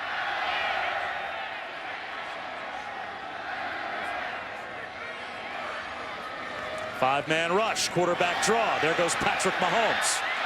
Slides close to a first down. He'll be a yard shot. I like this kid. The more I see of him, the more I like him. He has got Well, I would say some Mahoney's, but that would be, probably shouldn't say that, so I won't. Gain of 9 yards on the play brings up third and down and 1 from the 30. This kid's got it, man. You got to love what you're seeing out of this kid. Third down and 1.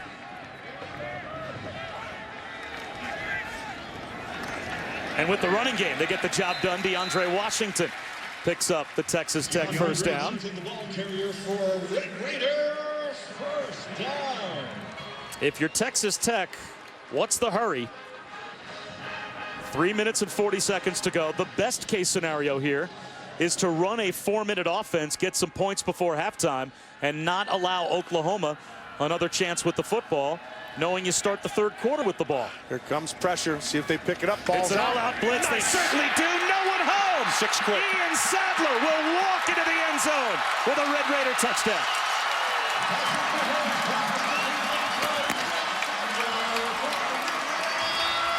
That is a great job of picking up the pressure, Shoes.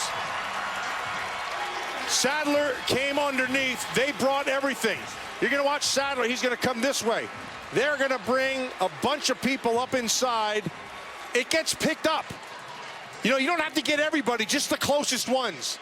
And then Sadler they just dropped coverage. They dropped coverage. And heck, if he might still be running if there wasn't a goal line. If you bring a zero blitz with 7 guys after the quarterback, doesn't that become straight man-to-man? Yeah, it is. In your secondary? They dropped the coverage, and we'll show you who did it. It looked like it might have been the true freshman safety, Stephen Parker, that jumped up on a double team and left the middle of the field wide open. And Ian Sadler will never score an easier touchdown than that one.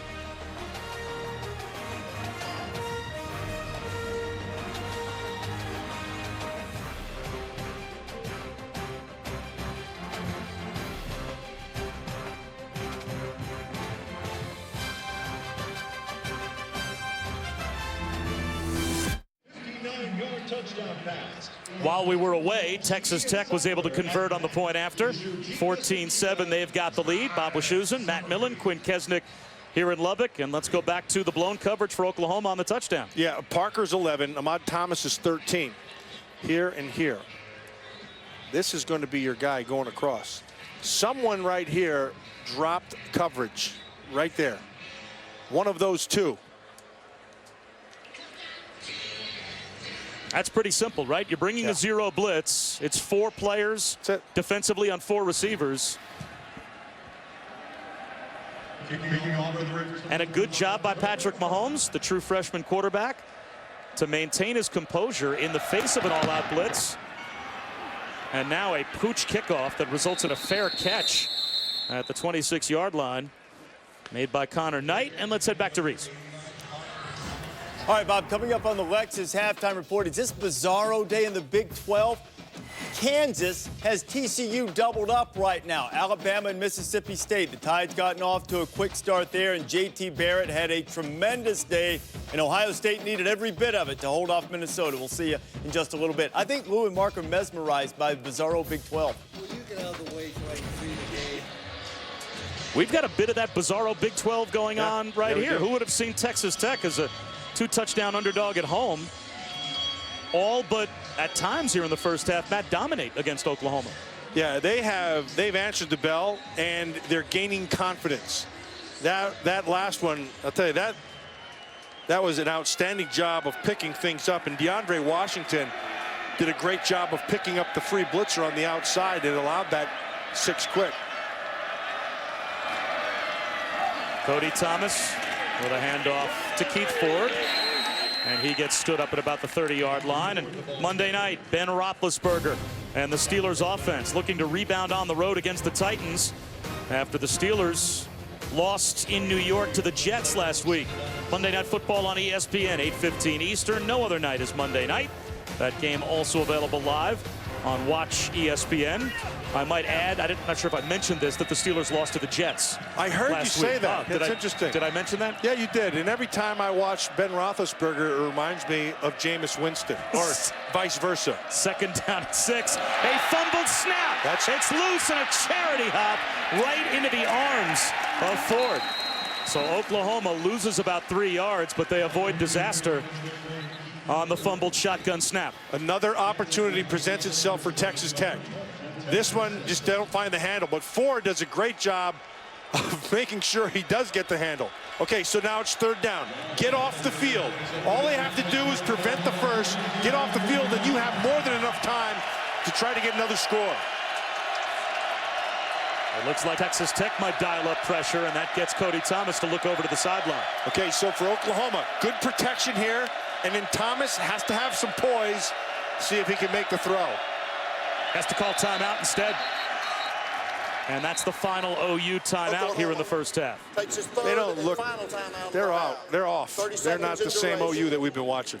Back in 30 seconds.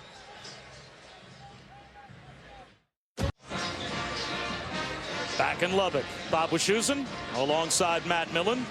Quinn Kesnick down on the field here at AT&T Jones Stadium.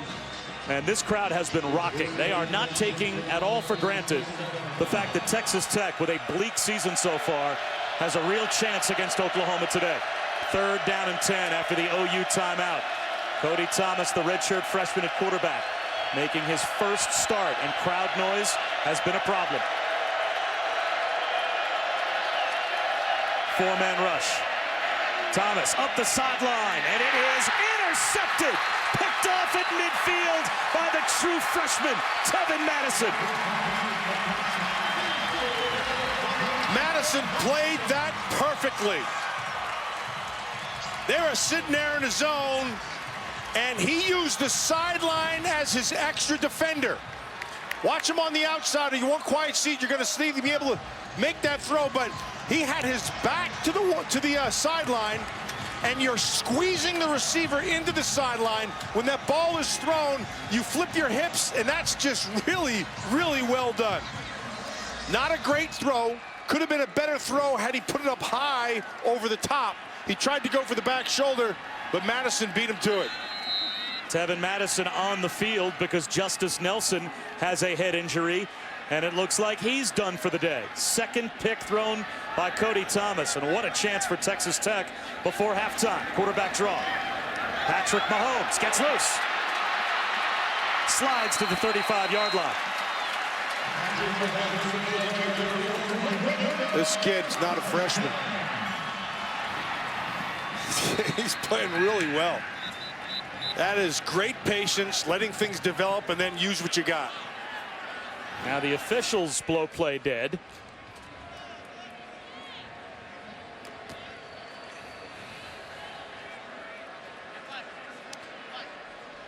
Okay, Mahomes needs to get his offense in position. So when they call ready for play, he can get rolling right away. There's a problem with the play clock. For the remainder of the half, it will be kept on the field. First down. 1:34 to go in the first half, and I have to tell you, if Texas Tech runs what their normal offense is, the play clock might be the most irrelevant number in the building. Good point.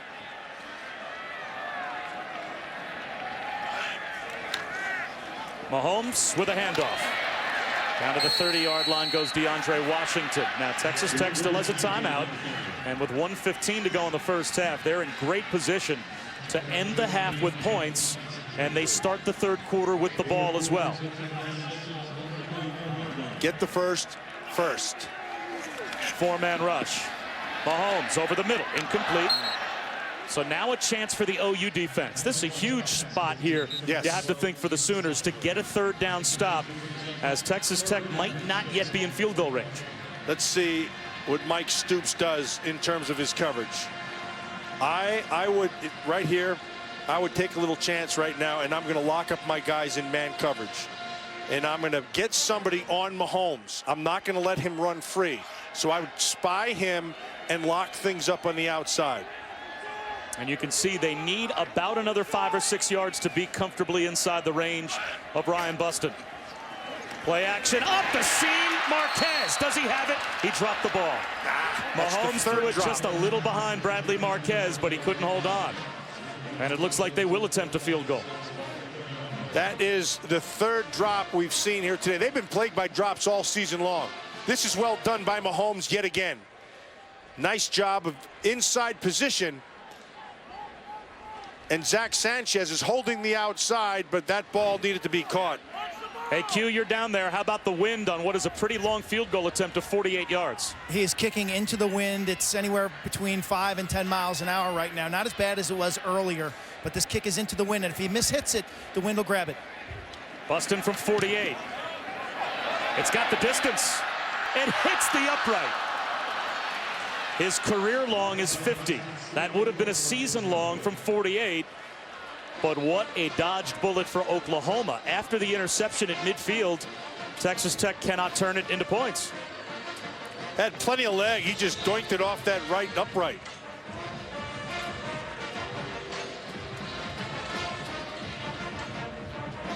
And now no timeouts for Oklahoma, but they get good field position at their own 31-yard line.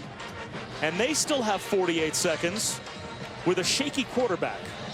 You got a quarterback making his first start. Cody Thomas has thrown 2 interceptions. Knowing that Texas Tech starts the third quarter with the ball, how frisky would you get with your play calling here? I wouldn't. If you're Bob Stoops. No, I wouldn't. I'd just hand this ball off.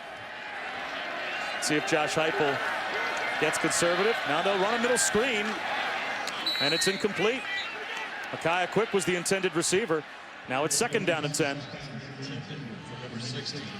Get the ball in the hands of P. Ryan. You got 40 seconds.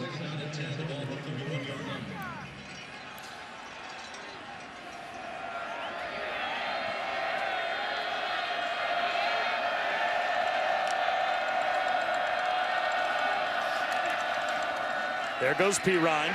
He's brought down, and you wonder if Texas Tech might use a timeout.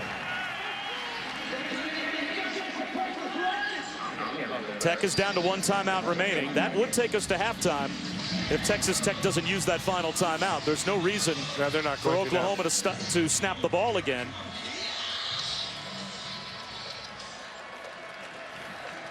And Texas Tech starts the third quarter with the ball, so Cliff Kingsbury probably happy to take a 14-7 lead into the locker room.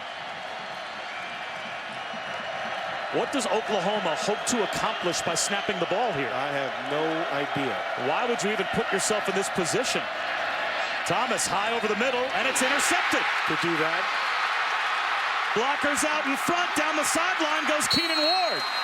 That takes us to all zeros, but a situation there that can only possibly create harm for Oklahoma, and they still snap the ball. Yeah, that's just called stupid. 3 interceptions of the first half for Cody Thomas. Well, let's head down to Quinn. Coach, what has made the difference so far for your defense? They're getting turnovers. You know, they're playing hard. You got an inexperienced quarterback over there, and they're making it hard on him. How do you best describe the play of your quarterback, Patrick Mahomes? Not bad. You know, he's a little antsy, and our receivers got to make plays, but they're fighting hard, and, you know, you win the turnover battle, you got a shot. Thanks, Coach. Bob, quite an environment down here. Well, Quinn, they're fired up. They've got a 7-point lead at halftime and 3 takeaways. Texas Tech came into today minus 12 in the giveaway takeaway. Only West Virginia in the Big 12 was worse, but they're plus 3 today and plus 7 on the scoreboard. Time now for Reese with Mark and Lou. It's the Lexus Halftime Report. Welcome back to ESPN's coverage of college football, presented by Cars.com. Wake up, there's no one to please. I don't give a damn what the world wanna see. Gotta be good where you at, feel that. Gotta look forward, never back, feel that. Wake up, there's no one to please. I don't give a damn what the world wanna see. Gotta look forward, never back, feel that. Gotta be happy where you at, feel that. Back in Lubbock, set for the start of the third quarter between Texas Tech and Oklahoma. And a somewhat surprising result, as Texas Tech not only has a 7-point lead. Bob Wischusen, Matt Millen, Quinn Kesnick here at Jones Stadium. They've also done it really the direct opposite of the way their season has gone. They've gotten takeaways. Normally Tech turns it over. They haven't made big mistakes. Normally they're kind of shooting themselves in the foot. Not today so far. No, not so far. And there's a couple of things that popped up on them. But the biggest thing was Patrick Mahomes has been just out off the charts. And he has done everything you've wanted him to do and then more. And with each piece of success, he gains more confidence. And where you really saw it was in his ability to move. At the end of as that game went on, into the half, they start to run the football a little bit more. He was more accurate. The ball's coming out to the right receiver. I mean, some of these things, he just looks like he's been doing it all season long. So you can't say enough about Patrick Mahomes right now. Cody Thomas, on the other hand, really struggling with 3 first-half interceptions. Yeah, and it's kind of almost the opposite. And with each miscue, you see a little bit tighter, and then a little bit of pressure, and then he starts to feel the pressure, and then pretty soon he's doing stuff like this, and it's the end of the half, and he comes out with 3 interceptions. Now, he's going to have to get this thing straightened out. And the way to do it, and I'm going to repeat myself yet again, they've got to continue to run the football. They can't get away from the run game. They've been scared off it, and I don't understand why. Pound the ball, they'll win the game. Both of these players are freshmen, both obviously inexperienced, both baseball players for their respective schools as well. But that's where the comparisons end in the first half. Patrick Mahomes looks like a starter, looks as if he has been through the wars before. And it will be Texas Tech to start the third quarter with the ball, as Cody Thomas with 3 first-half interceptions, 1 down in the red zone, costing his team mightily. And speaking of a game plan discussion, that's what Quint Kesnick had with Bob Stoops just a moment ago. Q. Yeah, he said a key to a turnaround in this game begins with their ability to run the football. And that makes sense. No Trevor Knight, no Sterling Shepard. What stands out to me, though, Bob, and we documented this early in the first quarter, how flat, how unemotional this Oklahoma Sooner team is. They've been looking for a spark. They've found none. Something must change from an emotional standpoint if Oklahoma's going to come back in this ballgame. Well, they're only down by a touchdown, so hand the ball to him. It's almost as if we're making it seem like they're down by 3 scores. To the ground goes Tech to start the second half. And DeAndre Washington pounds out across the 30 to about the 32-yard line for a gain of 7. So, Shoes, lost in all this right now. This is an important series for Texas Tech. If they can come out and get some points here, they might get some on this play. DeAndre Washington brought down in the open field by Quentin Hayes, but that's 2 quick carries, and Texas Tech back in OU territory. This is the best they've looked all season long. They've been consistent through the half, and they're starting this third quarter. Usually, the first series of the third quarter sets the tone. Washington for 2 yards. I really like the game that's being called by Texas Tech. Eric Morris is their offensive coordinator, but Cliff Kingsbury, the guy who gives the okay to everything. And ultimately, I think it's Kingsbury who's putting the stamp on it. He's been keeping this OU offense off guard, and really he's been relying on Mahomes' feet, and that's been valuable for them. Oklahoma comes with a blitz. Mahomes incomplete, and he paid the price as Ndulue buried him. The pass intended for Sadler fell short. Chuka Ndulue was born in Nigeria. When he was in 7th grade, his mom moved the family to Texas. He was a soccer player, but as a freshman decided JV football, that was a good way to go. And here he is at Oklahoma. Maybe headed to the NFL. He loves when nobody blocks him. Mahomes looking for the home run ball. Lauderdale is there. 2 OU defenders run into each other, and that allows Devin Lauderdale to run into the end zone.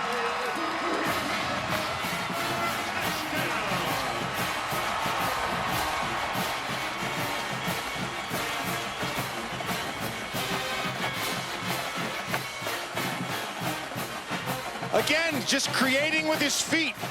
And then the unfortunate at the back, you got Ahmad Thomas running into Jordan Thomas. It was a Thomas affair. Didn't do him any good. The worst kind for Oklahoma. You mentioned in the first half, Mike Stoops reading the riot act to that OU secondary. This is not one that's going to be any fun to watch on film tomorrow. Unless you're for Texas Tech, you're going to love what Mahomes is doing.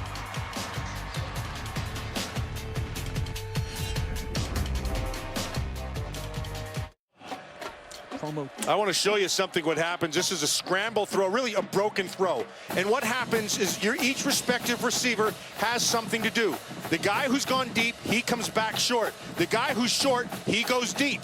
And all you're doing is putting pressure, and you're giving your quarterback the option. So here they are. You're deep.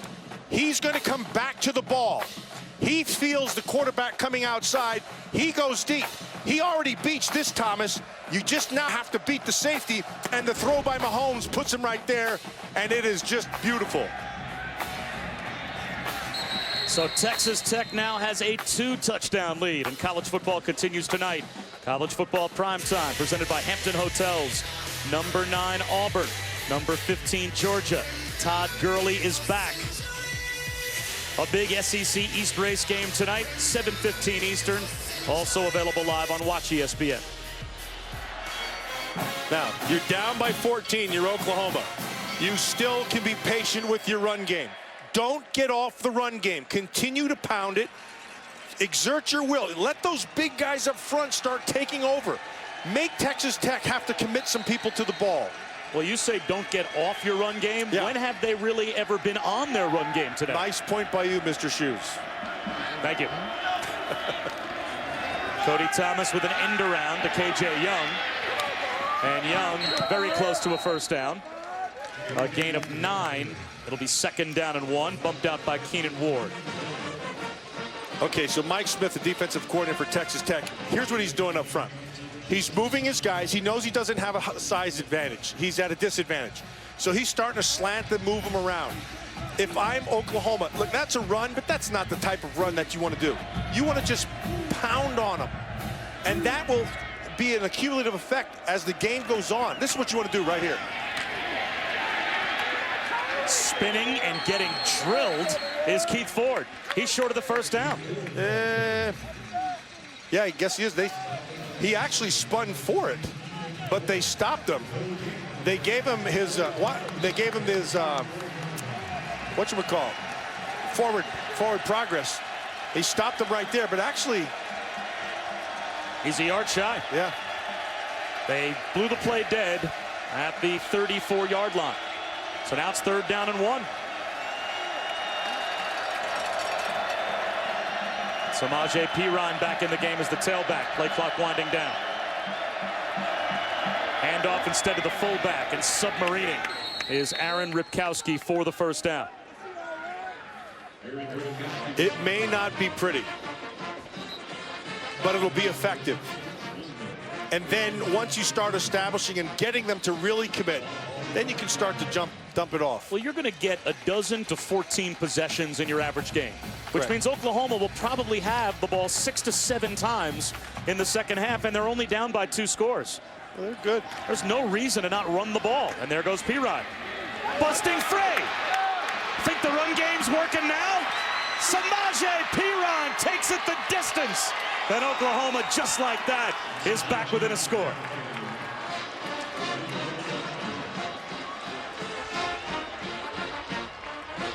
I hate to tell you, but I'm going to tell you. You love to tell us. Good point.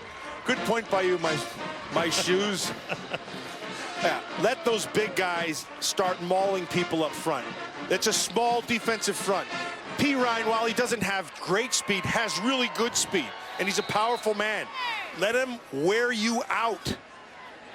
For a 243-pound back, I would call that great speed. 64-yard run. And that just about doubles up what was his longest run of the season. Samaje Perine, a true freshman from Texas. Playing his football up the road in Oklahoma. He's back home now, and he pulls OU within a score.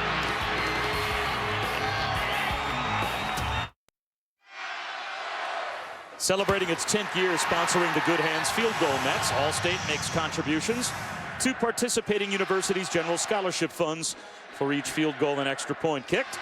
Since 2005, Allstate has contributed more than $3.7 million in scholarship funds. Shoes, that was a nice job by that left side of that offensive line for Oklahoma. And it was what they do well. And then Perine was able, he's got to beat one guy. And he was able to beat the one guy and it was out the gate. That's Matt Millen. I'm Bob Wischusen. Down on the field, Quint Kesnick, and the ball about to come out to the 25-yard line for Texas Tech in what is now a quiet building because of what just happened. Here's Savage. He's going to pull, come around. Here's Ripkowski, 48. He's going to get the big block down the field. Now, I want you to watch Thompson inside, Shed inside, and right there, that's a nice job by the tight end, the bulldozer, the Belldozer. Nice job by Bell. Here, look, Savage right there. There's the guy he had to make miss. It was the corner. And P. Ryan ran right through that corner's tackle, and then the rest of it is all on that offensive line and the fullback Ripkowski. Well blocked. Patrick Mahomes smoothly outside again. First down to Devin Lauderdale. Well, they like something over there with Jordan Thomas. Just a freshman, number 7. They're going to make sure that he's not going to forget this day. They've been picking on him since he's been in the game, which is from the start.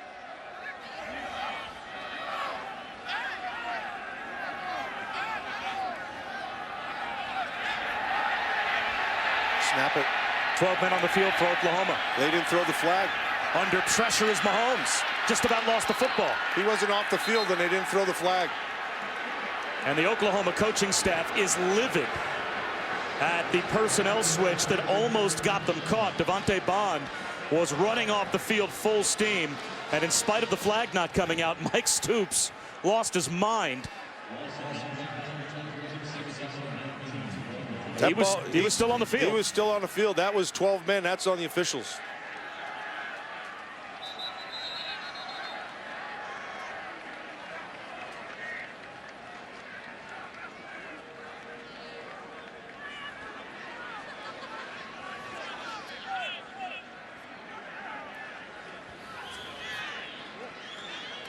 It was hard to hear the referee's microphone, but they are obviously going to the replay booth. Well, he didn't get off the field when that ball was snapped. Yeah, you can see the movement. We don't quite have the sideline when he snaps this ball. I mean, yeah, when he snaps the ball. Ball snapped there. He's not off. Charles Tapper got the sack, but that might get wiped away after the video review. Our referee is Mike DeFee. Now watch the movement right there. He's not off. The ball's there. That is clearly 12 men. Well, Mike DeFee's referee microphone right now is not working. He did drop the flag out. He's going to get an assist. Putting an ever-ready in. After further review, there were 12 men on the field at the snap. It's a 5-yard penalty from the previous spot. That penalty being forced. Second down. So, Matt, that's the replay booth buzzing down and cleaning up the mistake that the officials made by not throwing the flag. That's a very good job of officiating, and that's a great job of upstairs working with downstairs. And if Mike Stoops gets anywhere near, which he is, Devontae Bond, that might buy Devontae Bond a whole new lecture. He probably thought he was done the first time around. Oh, but he's getting a little more now. The previous spot was the 38-yard line. It'll be a 5-yard penalty, and it'll be second down. And to make matters worse, you may have noticed Texas Tech substituted. The umpire was standing over the ball, allowing Oklahoma to substitute. So they had 12 men on the field, not in a position where Texas Tech was going fast with their base 11. That should be 1st and 5, not 2nd and 5. And now they're fixing the down, so it is 1st and 5. So that was a 12th man on the field in a position where the umpire was even standing over the ball, giving Oklahoma time to substitute, which made, I'm sure, Mike Stoops that angrier. Oh, he looked happy to me. DeAndre Washington empties the backfield. Pitch and catch to the sideline. The catch not made, though, by Dylan Cantrell. And now it's 2nd down and 5. You know, this team all season long has had a problem with drops. And, you know, I talked to Coach Cliff Kingsbury yesterday, and what he was saying, they think that he's averaging about 5 a game. We officially have him at like 2.9 or something like that, but clearly they have dropped a lot of passes. Up the middle goes Washington, and the Sooners meet him at the 45-yard line. So now it brings up 3rd down and 3. All right, big down here for Oklahoma. You need to get the ball back. They have a little bit of momentum because they've just scored. Now you've got to tighten your coverage. Tighten them up. 3rd and 4. Don't back off. If you do walk up, get your hands on the guys. Get your hand on the receiver. Especially in college football, they let you get away with quite a bit. How much of a cushion at the bottom of your screen do you see Jordan Thomas giving the receiver? That's where Mahomes wanted to go at first. Instead, he comes over the middle, and Marquez makes a catch, takes a big hit, holds onto the football, and that's a Red Raider touchdown. That's really well done. So what they're doing is they're baiting you underneath. They want you to jump up, and they do. And then here comes Marquez behind you. And the ball is right where it had to be. Good design, good execution, 1st down. Texas Tech is now 7 for 11. See, the problem with the official standing over the ball, if you take your time running off, they run the clock down, which doesn't allow you to be able to run all of your offense at the line of scrimmage. There comes the blitz. Mahomes with a screen behind it, and that's a terrible throw. Looking for Cameron Batson. It will be 2nd down and 10. Yeah, it's a bad throw, but also a good throw. It was a bad throw because he didn't have the completion, but it's a good throw because he got himself out of trouble, and he just went ahead and lived for another down, and therefore that's a good play. So bad throw, good play. That was a bad throw. I mean, bad throw, good play. Right. Yeah. 2nd down and 10. Play action. Mahomes has all day. Up the seam, almost a one-handed catch. As Batson was the intended receiver again. Now it brings up 3rd down and 10. So Mahomes here in the last, these last couple throws, he tried to push it down the field a little bit. Normally, they're within a box. They like to play within a 15-yard box. Mahomes feeling a little bit good about his protection. Here he's going to have to get at least 10, obviously. Mahomes scrambling. Flag down. And he'll throw one to a wide-open receiver in the end zone. Bradley Marquez has a touchdown, but this will most likely be coming back. That's coming back on the hold.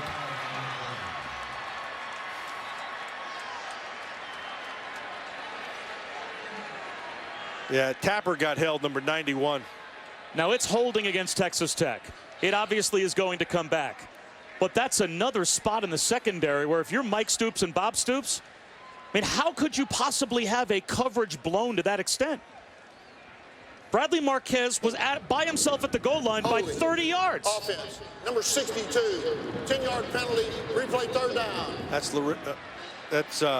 LaRaven Clark, 62, right here. Pretty good player. And you're watching Tapper right here, 91. So he gets up, and all he does is, a little bit of acting there, but.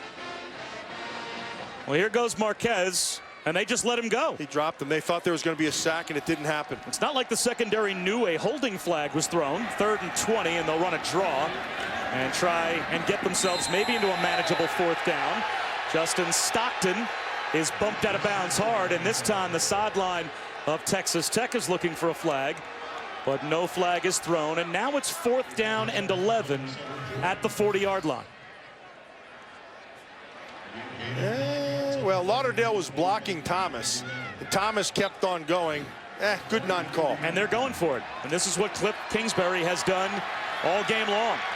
Anywhere in plus territory where they're not clearly in field goal range, no matter how long 4th down has been, he's gone for it.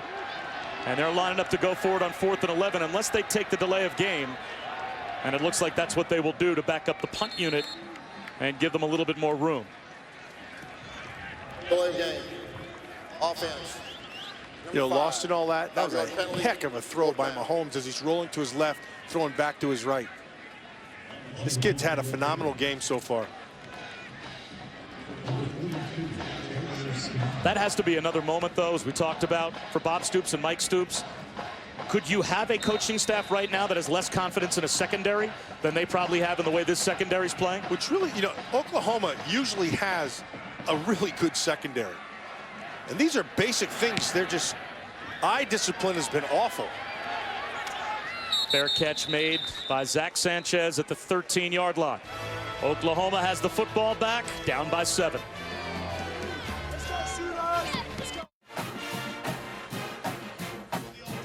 Welcome back, where a difficult afternoon continues for Mike Stoops, defensive coordinator for Oklahoma.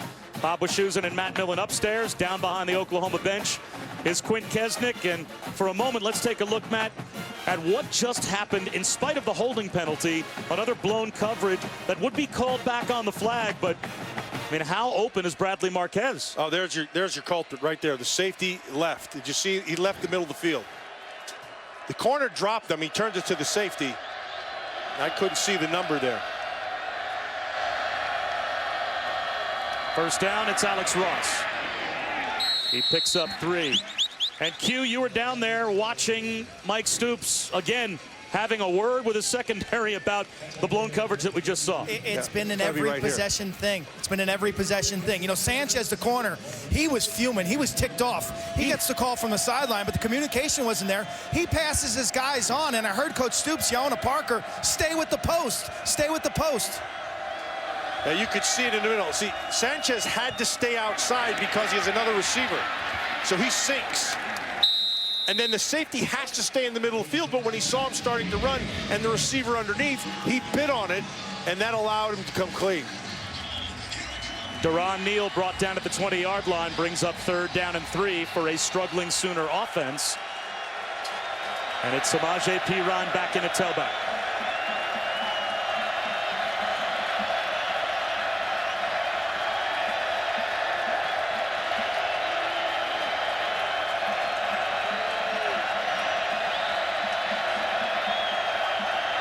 They'll try and run for it with Perine.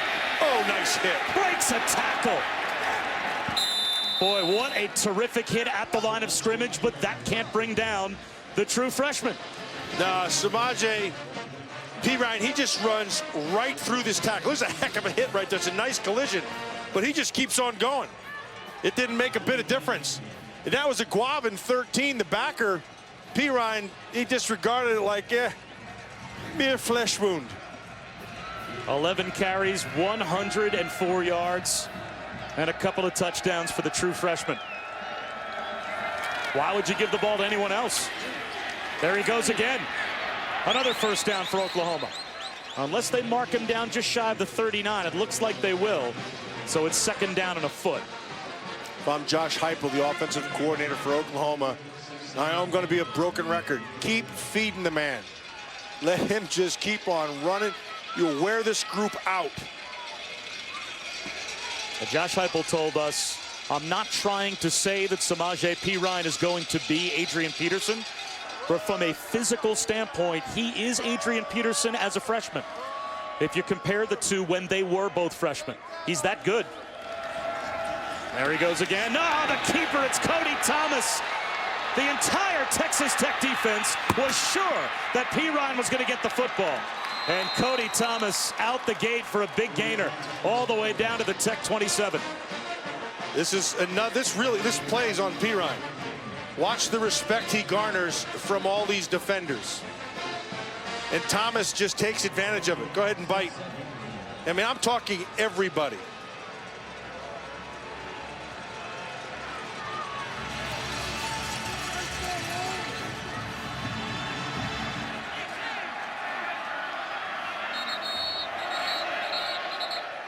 Timeout called by Texas Tech from the sideline.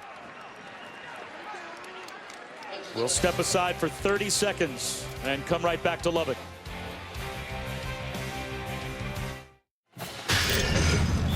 Samaje Perine in the second half, Matt Millen, has been what you were basically saying he should have been from the first drive of the game. Yeah, well, you know, what they finally figured out was just hand him the ball, because he's a big man, he's a powerful man. He's got great balance. He's got vision. He's got the whole package. He's 18 years old. He's going to do nothing but get better. Continue to feed him.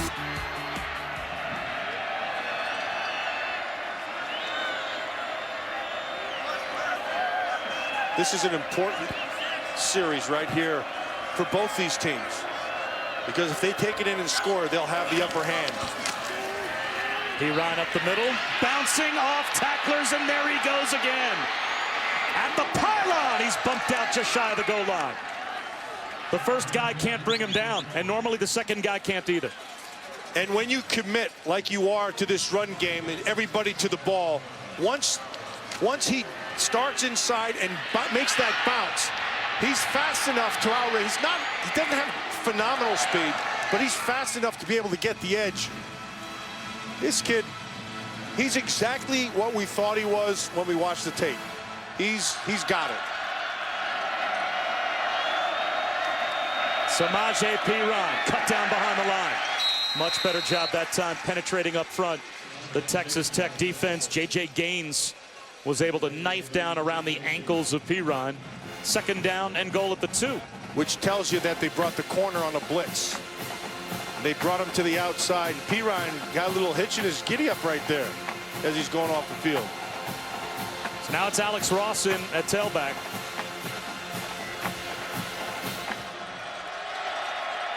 High formation with Ripkowski at fullback. Flags down. False start. False start. Offense. Number 48. 5-yard penalty. Second down. Now it's second and goal at the 9. And how much does this change the type of play calling you know Oklahoma, you'd have to think, would want to go with inside the 10-yard line? So back him up, pardon me, to the 7. Second and goal. They played power football with Perine to get them down to the 1-yard line. But now a negative play on first down and a penalty, and Perine on the sideline getting his ankle looked at. Keith Ford now in the game at tailback.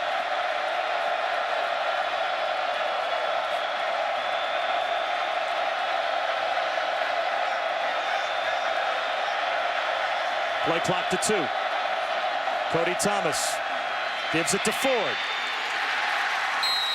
At about the 3-yard line, he's brought down, and that brings up third down and goal. All right, this offensive line, both guards, both tackles have the big size, and they can get a good push. The one spot they don't get a good push is inside with Darlington, their center. And that's the spot that Texas Tech has been able to go ahead and create a point. Darlington's going to have to lower his pad level and get a big push if they're going to run inside, because he's not been getting any movement. Play action. Cody Thomas back in the end zone, and it is caught for the touchdown by Deron Neal. That's a good play call. Josh Heupel's, that's a good call. Nice play action. That's when you're down that tight, it is so difficult in that fine line between committing to the run, which you have to respect, and staying back.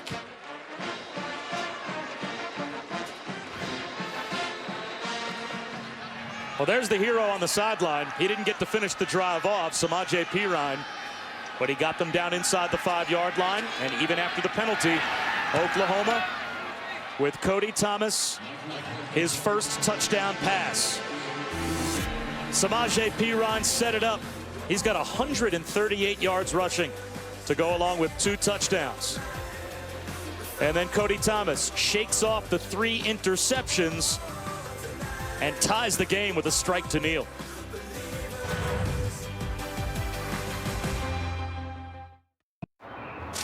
Reese Davis with you. This is the Goodyear Superior performance. I emphasize superior. Melvin Gordon is making a run at the Heisman and anything else you want. He has 369 yards rushing. They're still in the third quarter against Nebraska. Remember, the FBS record, LaDainian Tomlinson had 406, well within striking distance. Wisconsin up 38-17 on Nebraska. Well, Reese, we've got a heck of a game going here in Lubbock. Adam Shedd, pardon me, the left guard being walked off the field slowly as he was shaken up on the point after attempt. But with 3 minutes to go in the third quarter, Oklahoma has come from 2 touchdowns down to tie the game at 21. And they have a heck of a running back in the true freshman, Samaje Perine.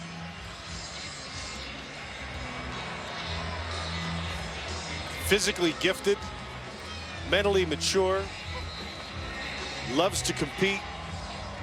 He's got all the requisite skills. Just a freshman. They'll have him for 2 more years. That's Matt Millen. I'm Bob Wischusen. Quinn Kesnick down on the field. And now we'll see if Texas Tech can respond.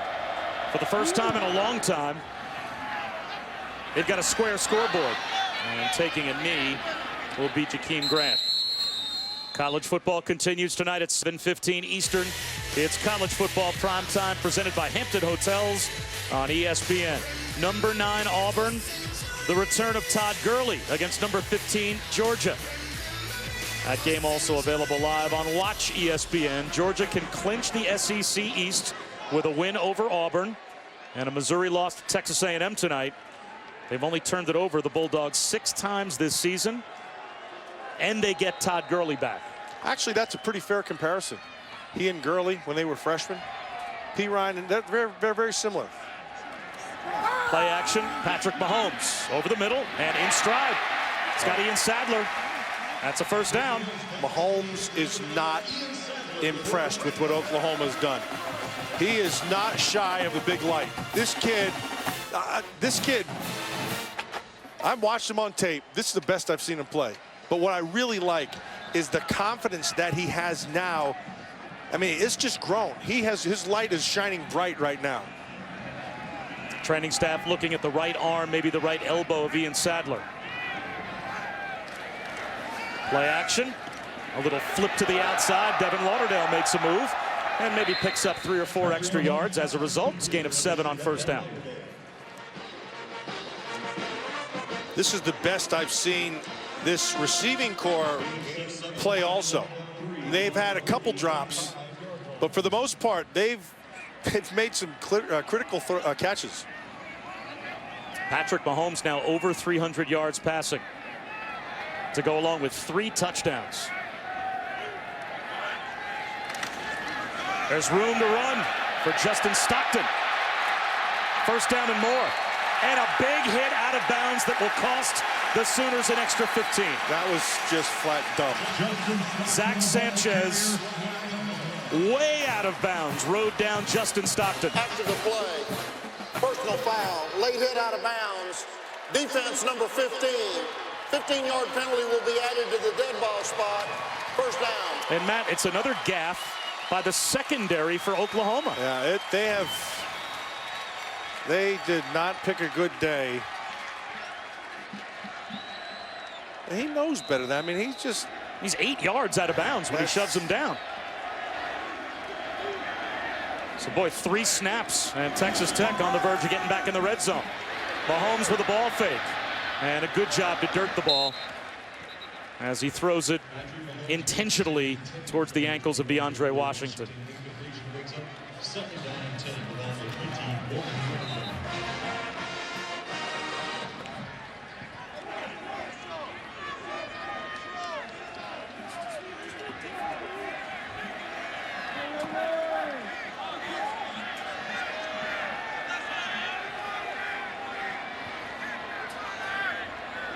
Empty, blitz it. 0 coverage, and they beat the blitz. Look at the effort by Jakeem Grant. They went the wrong way. Cost himself some yards. Yeah. Forward progress to about the 15. They might actually put the ball inside the 15-yard line. Yeah, they did. That was generous because he did break that and was continuing his run.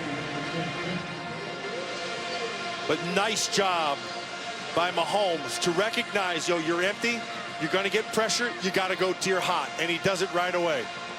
Lauderdale did a nice job of sitting down and sets up this down right here. 3rd down and 3, and again trying to hustle off the field is Devontae Bond, and barely makes it. That wasn't Bond's fault, however.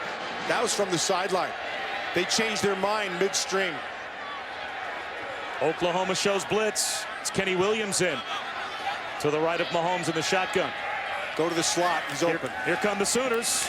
Diving catch made right about the 10-yard line. And they will say it is a good catch. That'll be a first down. Cameron Batson was able to haul it in. Yeah, they went to the slot like they should. They're sitting off in their... Kenny Williams driven back. Terrific play. By Evans. Knifing through was Jordan Evans. Yeah, Jordan Evans saw it from the inside backer. He just ran the lane as soon as he saw it. Almost looks like, no, it wasn't a blitz. It opened up. And it was because of Ndoulier, who pushed it wide, it created the seam, and Evans took it.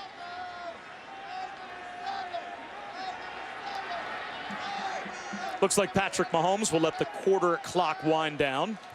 This is a great drive by Texas Tech. They needed to answer that last score and pull a little bit of that momentum back, and they're about to do that. A negative play, though, on first down sets up 2nd down and 13. So Texas Tech is behind the chains to start the 4th quarter, but they're in the red zone. Back and forth we go. A terrific tussle between the Sooners and the Red Raiders headed to the 4th.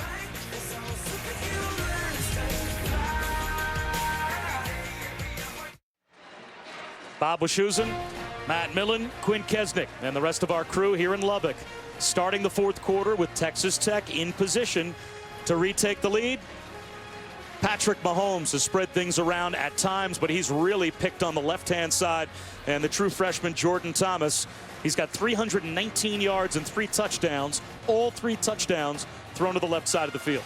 Well, Jordan Thomas is just a freshman. Keep in mind, he's starting today because they benched Julian Wilson. He's in a tough position. They know he's out there continuing to test him. And he's weathered the storm. He needs to continue it. Quarterback draw. Mahomes inside the 10 to the 9. So that brings up 3rd down and about 9, right at the 10. Texas Tech can get a first down if they get a really friendly spot inside the 1. But for all intent and purposes, this is 3rd down and goal. Brings up 3rd down to the 10-yard line. 7 out of 10 every single time they've gotten it. It's been for a first, obviously. Blitz coming. Mahomes to the back pylon. Incomplete. Intended for Jakeem Grant. Had the right idea, just too much on it. He needed to throw to the back pylon like you mentioned. Grant's the inside receiver. He's going to try to get that guy on his inside shoulder. Now you throw it to the top. He just missed it. Jakeem Grant's only 5'6". That's a really tough player to try and hoist it over coverage into that back corner. So it will be Ryan Buston to try and give Texas Tech the lead back.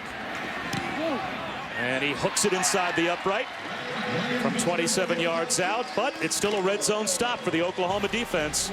Tech has the lead back.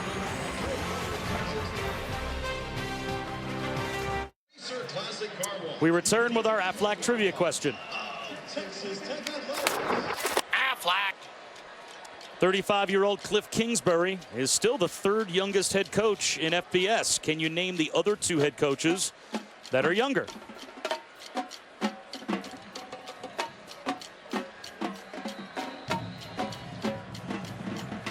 He's got a wealth of experience in close games, though, now.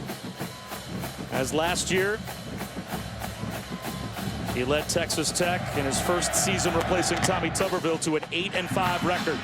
And a short kickoff comes down to Ross at about the 25-yard line. So good field position for Oklahoma, down by 3 out to their own 36-yard line. And later on tonight, Saturday Night Football on ABC, it's an ACC showdown.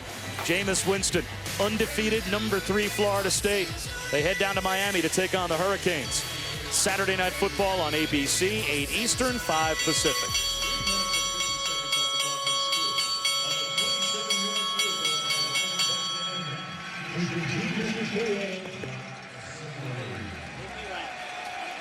They're ringing the bell, trying to get the crowd back into it here in Lubbock. As the defense is now put in a position where Oklahoma with a touchdown would take the lead. Quarterback keeper for Cody Thomas. He's got room. In the 3rd quarter alone, Oklahoma ran for 160 yards on only 11 carries. So they are starting to take the game over on the ground. Cody Thomas just smartly keeps it. They're gonna jump outside for the back. You just take it back up inside. Well, it takes all the pressure off the quarterback as well when you run like this.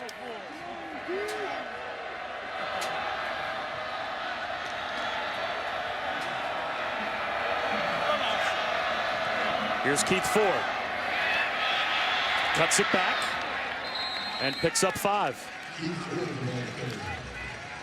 That's the advantage of having that big physical offensive line. As this game wears on, it's a fight inside. And there's Samaje Perine coming back in. And then you add the hammer behind that big line, and Perine becomes a really big weapon.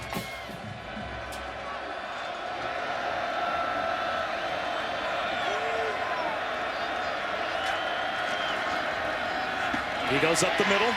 It'll be 3rd down and 2. Let's go down to Quinn. Perine back in the ball game after having his left ankle looked at and then retaped. And one thing that stood out, Bob, from field level in that 3rd quarter, yards after carry for this young freshman, bouncing off of tackles, tired tacklers for Texas Tech. That's an amazing number. 120 of his 141 yards after contact.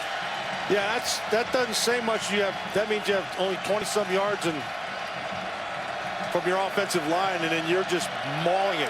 Hey, all that having been said, this is a big right here if Texas Tech can stop him. Play action. Cody Thomas rolls right. No one's home again. They sell out to stop Perine, and an easy bootleg conversion on 3rd down for Cody Thomas. That's a nice call by Josh Heupels. He's taking advantage of everything, and Perine is garnering all the respect, and he does a nice job of clamping down on that fake. Thomas is able to take advantage of it.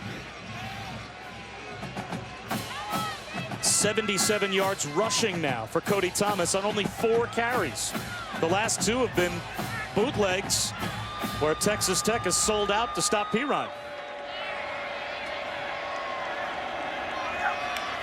And now you go back to the workhorse. To the 20-yard line for a gain of close to 7 on 1st down. And we got a guy down from Tech. He tried to go down low on Perine, and he's still down there.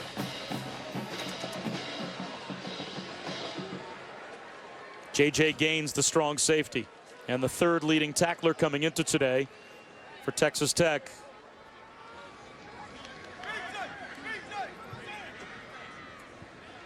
You talk about youth in the secondary. Nigel Bethel, Tevin Madison, those right now are your top 2 corners for Texas Tech. They're both true freshmen.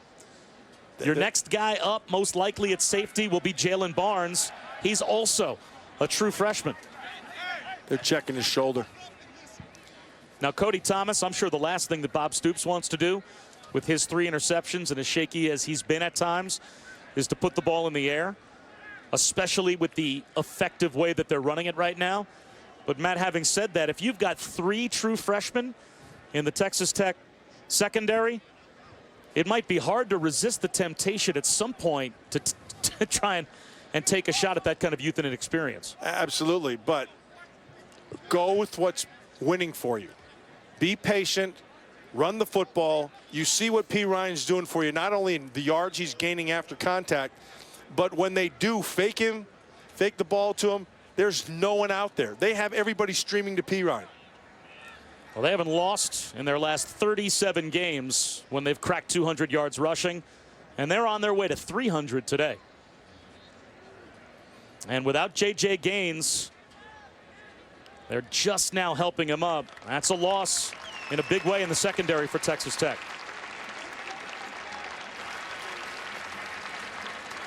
So it's good to see Gaines able to walk off on his own. Yeah, that's a shoulder injury. So the doctors there, they were filling up inside the pad.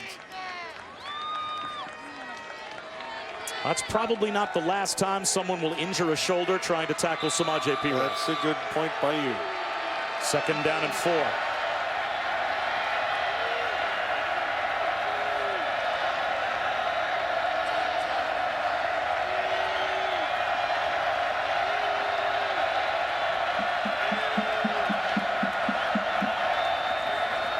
There he goes again, runs through another couple of tackles.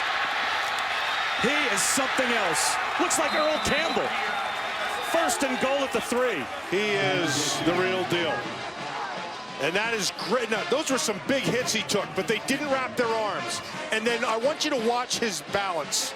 There's the first hit. Nice lower pad. There's the great balance. Didn't wrap his arms. And then to come back up inside, that's... Let's listen to these hits. I couldn't hear it from here. I hope you did at home. But that's just great balance. That's called running behind your pads. It's good level, pad level. Samaje Perine this time sandwiched at about the 4-yard line. 2nd down and goal. Yeah, and so when you're coming up from the secondary and you're on Perine one-on-one, you've got to go low on him. You've got to be able to take out his legs. That's Tevin Madison, true freshman corner. He did it just in that last play. So he's down and hurt. So during the injury timeout, let's go back to the studio and check in with Reese. Bob, the greatest rushing day in FBS history. Melvin Gordon with this touchdown run would go for 408 yards against Nebraska. He did it before jump around. FBS single game rushing record, breaking LaDainian Tomlinson's mark.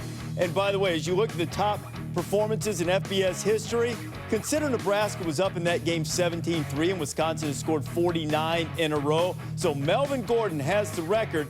He gets his 408, by the way, on 25 carries. Took LaDainian Tomlinson 43. That's incredible. Wow. That's embarrassing. Really, if you're Nebraska, to be up in that game and to allow, I don't care if it's Herschel Walker, Jim Brown, and Earl Campbell all rolled into one. If you get run on for 400 yards by one guy, that's embarrassing. I can't even think of the word. It's past embarrassing. Yeah, I'm looking at you like somehow it's your fault. Yeah, on the other hand, Melvin Gordon, congratulations. That's a phenomenal feat. Now, how about how things change now? You've got Darrell Williams, who also was injured on that last play. So the big right tackle on the bench for Oklahoma. 2nd down and goal.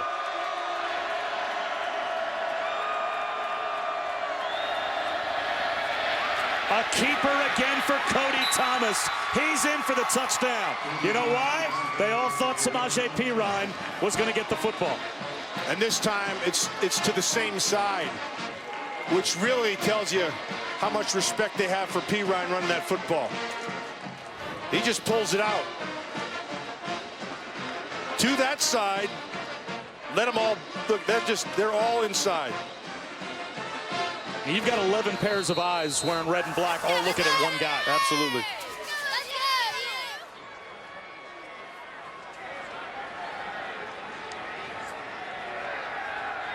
Samaje Perine right now is getting as many chest bumps on the sideline as Cody Thomas, who scored the touchdown.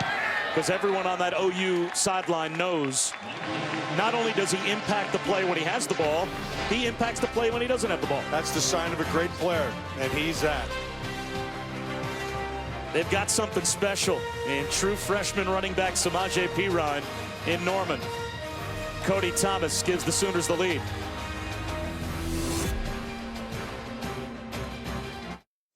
ESPN College Football is presented by Cars.com. All drive, no drama. And in part by Pacific Life. For insurance, annuities, and investments, choose Pacific Life, the power to help you succeed. Crew bowling last night, yours truly. That was one of the 17 strikes I rolled. And you got to trash talk a little bit. And I found my friend Gay Mason, who works in our tape room, and you got to go with the chest bump as well. When you come to Lubbock, it's crew bowling night. We had a great time last night. It's a great crew. There's a lot of togetherness. It's a family that spends every weekend together. And this has been a terrific football game. 28-24. Now the response necessary again for Texas Tech. You know, it's impressive. 17 strikes in 18 games. That's not too bad. That's how I roll. Dun. See what I did there? Yeah, I saw that. Speaking of rolling one out of bounds. Kramer Fife hooks it out of bounds, and that is a mistake, or pardon me, Michael Honeycutt pulls it out of bounds. I rule the ball be placed at the 35-yard line, 1st and 10. So great field position for Texas Tech after we check in with Reese. All right, guys, let's go inside the headset, brought to you by AT&T. Not sure you want to be on the receiving end of Gary Patterson's headset on this day against Kansas. Jayhawks trying to come back late. Chris Hackett with a pick. Fourth straight game with an interception for Hackett. That ended up sealing the deal. And the Horned Frogs, who were the biggest favorite of the entire day, won by only 4. Crazy year in the Big 12. Down the sideline, Marquez, the intended receiver. And Zach Sanchez almost had his 6th interception of the season as Patrick Mahomes underthrew Bradley Marquez. Yeah, he had. Marquez got on top of him. Watch how Sanchez uses. Okay, now back inside. See, ooh, that ball had been thrown over the top. It had a chance. Sanchez actually defended that pretty well. 2nd down and 10. Mahomes right down the sideline again, and that's broken up. 5'6" Jakeem Grant, the intended receiver. 6' Quentin Hayes was able to knock it away. Yeah, you look when he looks, and Quentin Hayes did just that. Did you see his eyes at the end of that play? It went right to Grant's eyes, and when Grant looked, he looked. Well played. Hard to throw a ball over the top to a 5'6" receiver. 3rd down and 10.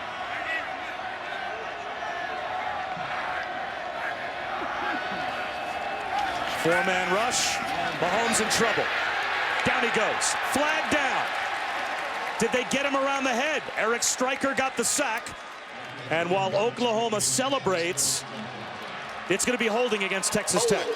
Offense number 62. Penalties decline. 4th down. Just as Eric Stryker went around the helmet of Patrick Mahomes, the flag came out, but it is holding, and it's a 3-and-out for Texas Tech. Watch LaRaven Clark right down here on Stryker, and he allows Stryker to get to the edge. Oh, there's the hold right back inside. It was LaRaven Clark, 62 on the other side. That was Thompson on this side. 6.5 sacks now on the season for Eric Stryker. Taylor Simak with a punt. That is fair caught by Sanchez. So Oklahoma with the lead and the ball with 9.5 to go. It all comes down to this for the first time ever. 4 drivers, 39 spoilers, 1 race. Kevin Harvick, Joey Logano, Denny Hamlin, Ryan Newman drive for their first championship. 4 nations battle, 1 will prevail. It's the Ford EcoBoost 400 at Miami tomorrow at 1 Eastern on ESPN, and watch ESPN. Now Texas Tech has to get a stop on defense, and they have not been able to stop the OU ground attack at all here in the 2nd half. A wide run down the sideline goes Alex Ross, and that looks to be good enough for an Oklahoma 1st down. So at the half, we said, look, they need to run the football. And then you heard Quint talk what he said about talking to Bob Stoops, and he said they had to be able to run the ball. Well, they've had 22 plays here in the 2nd half. 20 rushes, 2 passes, 234 yards of rushing. And I think they're settled into what they're going to do. And that's what they should have been doing from the start. Loose again is Cody Thomas. Splits 2 defenders, as again the fake to Pirine drew a lot of attention from the Texas Tech defense. And that carry brings Oklahoma up to 317 yards rushing.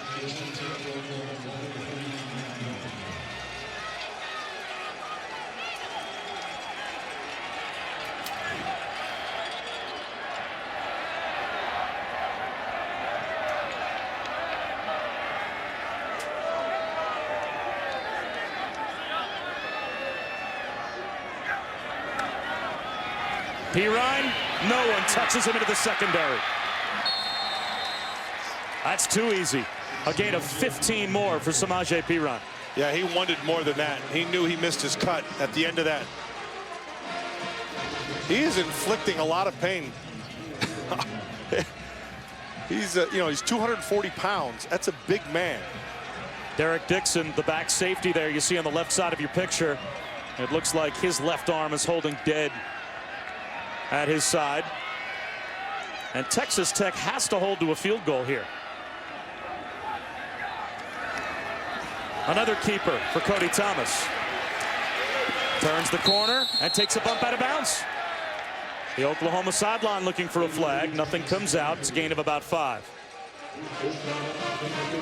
Yeah, this is just, they're doing what they wanted to do from the start, or from the start of the second half. And they're owning this front right now. They are completely manhandling.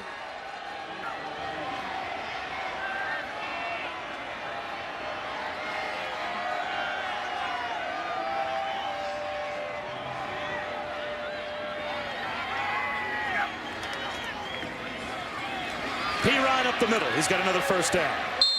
Well, when we turned the tape on the other day and we started to watch this Oklahoma offense, and particularly the Texas Tech defense, you called this on Thursday. You said there really should be no reason to think that Oklahoma will not be able to run at will on this defense. Yeah, and so what Mike Smith was able to do early was get movement, add extra guys into the box, and then they had some points. And here was the biggest thing. Josh Heupel decided to throw the football. In the second half, I think it's just 2 passes, and the rest have been all runs. P-Ryan on first down. Caught from behind, goes down at about the 10-yard line. So here's the chance defensively for Texas Tech. This game is far from over if they hold to a field goal. Under 7 minutes to go. And a field goal makes it a 7-point game. Now it's second down from the 10. And what can you dial up if you're Mike Smith? Your guys are getting blown off the ball. You're gonna have to roll the dice here, though, Shoes. What can you do schematically? Well, you're just gonna have to go man outside and bring everybody, and then you're gonna have to put somebody on the quarterback for that, because he's been running that keep a bunch. So get eyes on the quarterback and then just bring it. That's what they're doing right now. Oh, he's gonna throw. Down inside the 5-yard line, stepping out of bounds is Aaron Ripkowski. So the play action picks up about 8 and sets up a huge play. Third down inside the 5-yard line. It's a nice hit by Keenan Ward. The one thing he's got to be able to do is wrap his arms. But you're right. This is it. They've got to be able to hold it to a field goal here. And so what will Mike Smith do? He knows he doesn't have the horses up front. So you're going to have to bring extra numbers. But he's got to keep his eyes, one guy, he's got to keep his eyes on the quarterback so they don't run that boot either way, or that option. It's going to be when he runs that dive with the option, you've got to have assignment football and have somebody on the quarterback. Bob Stoops takes the maximum amount of time off the clock and spends a timeout before 3rd down and 2. Now, would you, if you're Josh Heupel, go play action again? With the timeout. You scored a touchdown the last time you were down in the red zone, doing exactly that, selling out, figuring that Texas Tech would do that to stop the run, and you throw that quick play action over the top. Would you risk that again, or would you stay with your bread and butter and just give it to P-Ryan? I would go with P-Ryan. P-Ryan's gotten you here. P-Ryan's proven that after contact, he's still worth a few more yards. You need 2. We're going to show you exactly what yards after contact mean. Now, there wasn't much contact right there. But here, P-Ryan, if you don't wrap up on him, he's still going. There's a couple times like that one and that one. It's not about the hit. It's about the wrap up, and he's hard to wrap up. And you're right. You know, I played against Earl Campbell, and he was really brutal to tackle. And he ran. P-Ryan runs a lot like Earl, that he runs behind his pads. He's nice and low. He gives you a low target to hit. He gives you the top of his pads. It's tough to bring down. If you're coming out of the secondary, you got to take him out at the ankles. Well, here we go. This might be the game for Texas Tech. Can they get a stop and force only a field goal? Can Oklahoma make it a 2-possession game?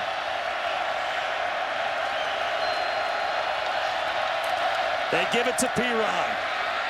He gets stood up. He may have a first down, though. It all depends upon the placement.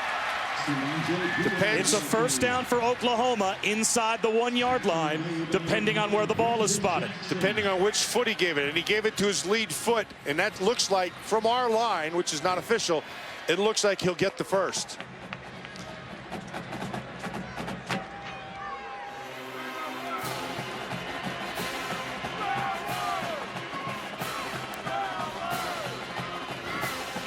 Well, regardless, you're still going to go for it down here. A field goal makes it a 7-point game, but with the way they're running the ball, why would they not think they could get an inch? Yeah. Because if they're short, it's not by much more than the nose of the football, and it is a first down. That's a killer for Texas Tech. And Bob Stoops, I mean, barring a turnover, that all but guarantees the ball ends up in the end zone for Oklahoma. When you see that head linesman run in, and you're a defender, you always hope he put it to the back foot. If he gives it to the front foot, yeah, your chances aren't so good. That's why you like to step on his foot before he gets there. Previous play is under further review. So they're going to review the spot and see if it was accurately marked by the officials on the field.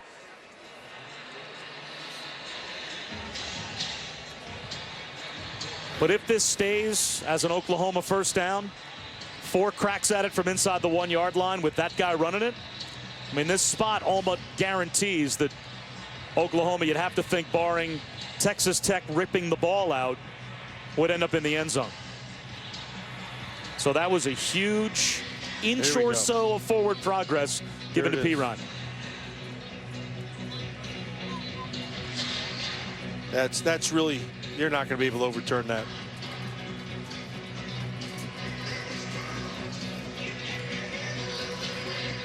Kowski right there. You can't see the football. Savage inside. It wasn't a bad job of gang tackling by Texas Tech, but it was pretty good. He only needed a yard to get the first down, and he was given just that on the spot. Nice job by Derek Farnoy, the After further review, 6'9" offensive tackle. Stands. First down. So they stay with the call on the field. And it is 1st and goal for Oklahoma.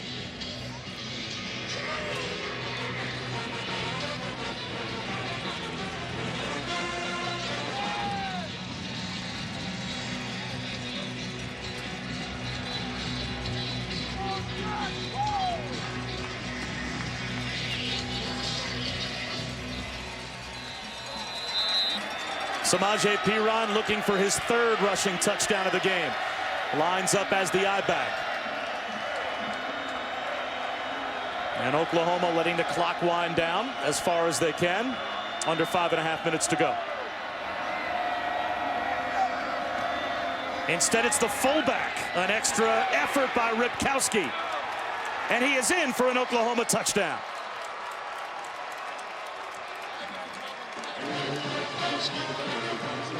So the former walk-on fullback goes over for the 2nd time in his career.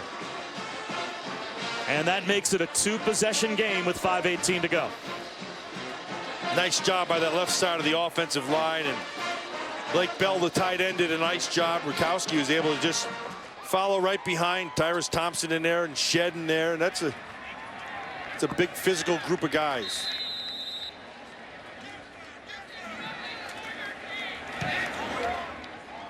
Honeycutt stretches the lead to 11, 5:18 remaining. And again, a lot of the work done by Samaje Perine and Cody Thomas to move it down inside the 1-yard line. And Aaron Ripkowski stretches the lead. Welcome back. Time to answer our Aflac trivia question. Aflac. Cliff Kingsbury, at 35 years of age, is the 3rd youngest head coach in FBS. Can you name the other 2 head coaches that have him beat, that are younger? There's some young guys out there. P.J. Fleck, only 33 years old, at Western Michigan. And we saw Matt Campbell's Toledo Rockets earlier this year.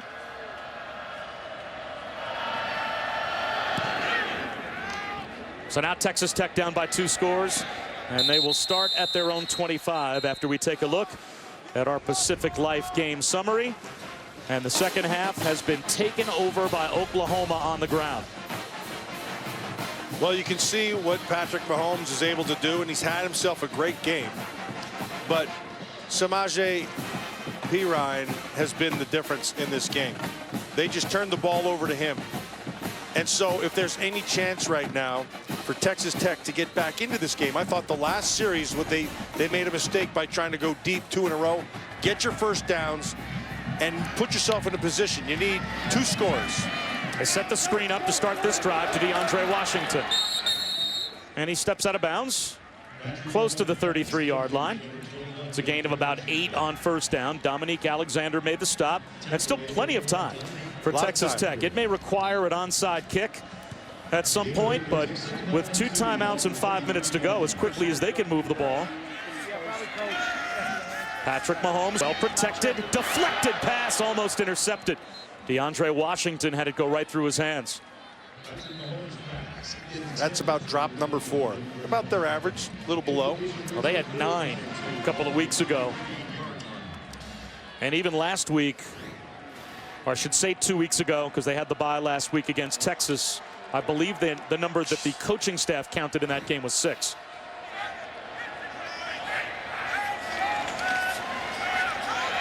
Mahomes on 3rd down, fires across his body, and it's incomplete. And now on 4th down and 2, 4:49 to go, down by 2 scores. He's got to go for it. You have to go for it, right? Yeah. Because you can't stop Oklahoma's run game. That's it. He's got to get it. And doesn't have to get anything big. All you have to do is pick up the first. Move the chains. Eric Stryker got a lot of pressure on Mahomes. 4th down and 2.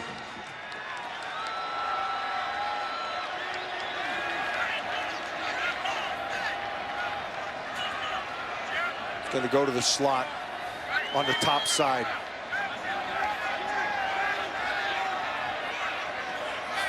Four-man rush. Mahomes out of the pocket again. He might have to try and run for it. Reaches the ball out. Where is it spotted? It looks like he is just short. Dominique Alexander made the stop, and he will be short.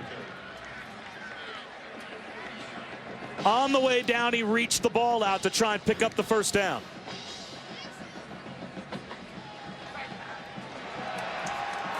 The rule on the field is that the runner was short of the line to gain. The ball will go over on downs. He reached the ball past the line to gain, but when is his knee down? Right there, and where's the football? The previous play is under further review. They'll review it, and this is the football game for Texas Tech if this is not changed by the replay booth.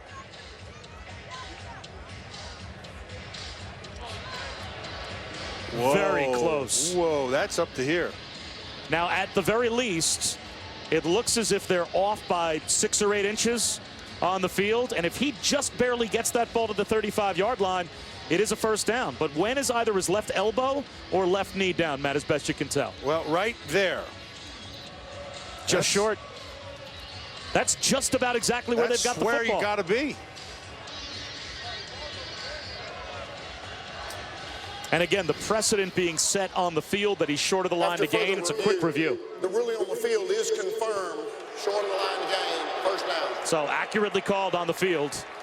And a turnover on downs by Texas Tech. But a pretty well officiated game. Yes. And we'll say that. And Oklahoma figured out at halftime what they had to do, and they did it, which was just pound the ball. You wonder how this game may have turned out, and would have Oklahoma sweated it out as much as they did had their first half game plan resembled their second half game plan. Yeah, which was, we are just bigger, stronger, and better than Texas Tech, and we're going to run it with our bigger, stronger, better guys, because that's what they did the second half. And they'll do it again here with Perine.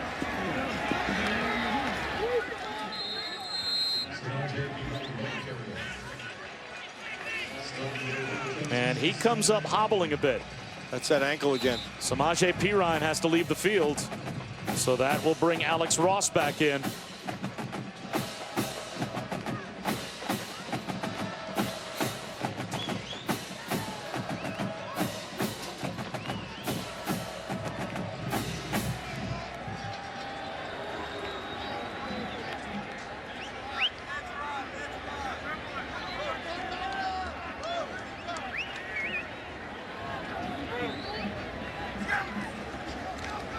Ross on second down.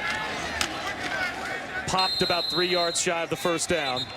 So now an absolute must stop coming for the Texas Tech defense. But let's take a look at what happened to Pirine. And it looked like that left knee went slightly in the wrong direction.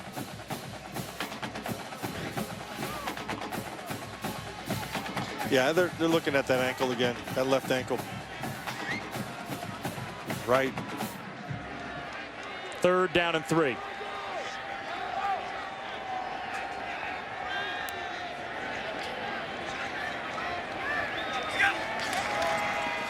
Cody Thomas has the first down. Lost the football on the way down, but they'll say he was down before the ball came out. And that actually may put him just a hair shy of the first down. Let's see where they mark it. This might require a measurement. If the runner was down, we're going to measure.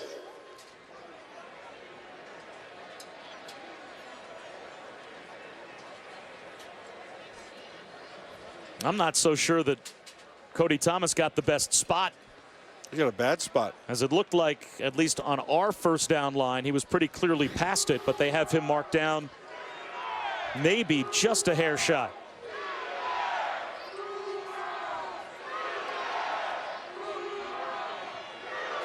By inches, 4th down.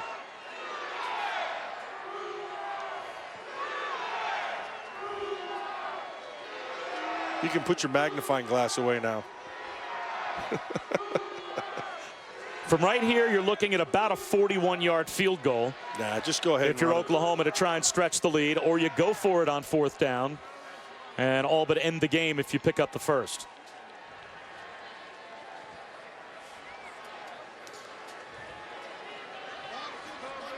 Well, they're going to leave their offense on the field, and now Texas Tech has to sell out to try to get a stop on downs. And Samaje Perine still on the Oklahoma sideline.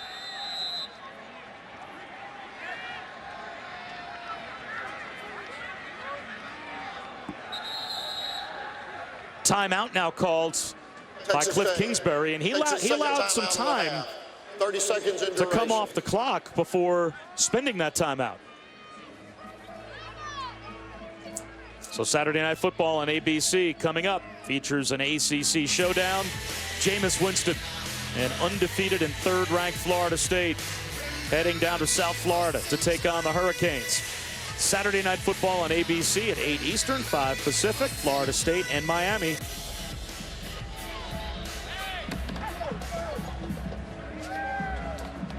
What's that Bama score right now? Do you know it? Alabama was pulling away from Mississippi State, and they have stretched it out to 25-13 midway through the 4th quarter. That's the team that's going to win it. It's Alabama. Well, Mississippi State went into that game today as a #1 team, underdog by a larger margin than any #1 team in the past 30 years. But here we go, 4th down and inches. They go with the fullback right up the middle. Pretty good job by Texas Tech, but a second effort by Ripkowski gets the first down and then some. They had him stood up at first, but Ripkowski drives his legs for about 6 yards. I like his second effort. He didn't quit. And Texas Tech didn't wrap up. Guavin just ran in there and threw his body in. That's a hit. That's not a tackle. You've got to go in and wrap up.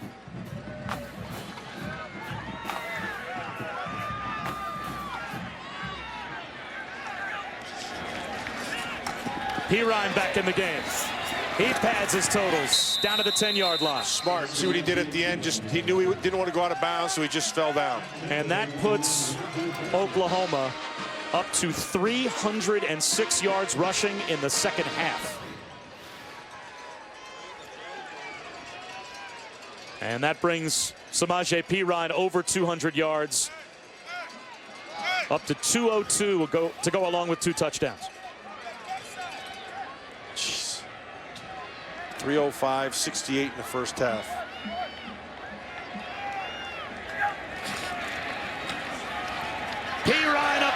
for his third touchdown of the day.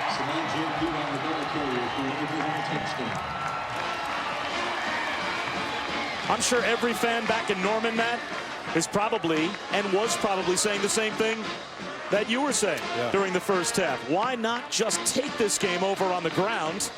And that was the strategy in the second half, and it's worked to perfection. Well, we've said all we needed to say about Samaje Perine, but I also will tell you this. His offensive line did a really nice job today, and so you got to take your hats off to Tyrus Thompson, number 71, their left tackle. Shed inside, number 74. Darlington, 56, their center. Darrell Williams and Farniok, and also Deontay Savage. Those guys posted a great game today.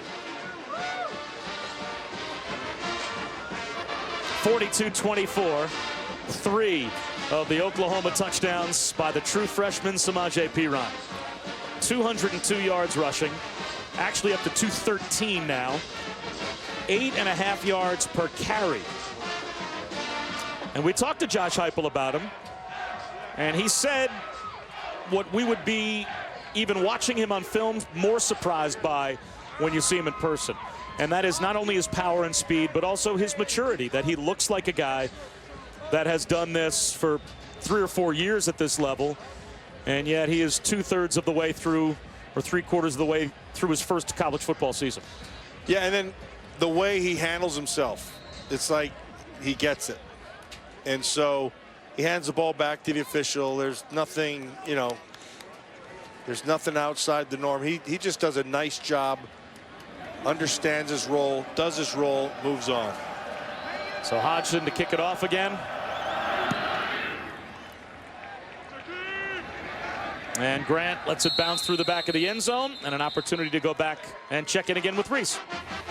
Bob, Mississippi State won't give up. 4th and goal, 19 seconds left in the game, down by 12. Dak Prescott, Jamian Lewis, 25-20, and now the onside kick is coming.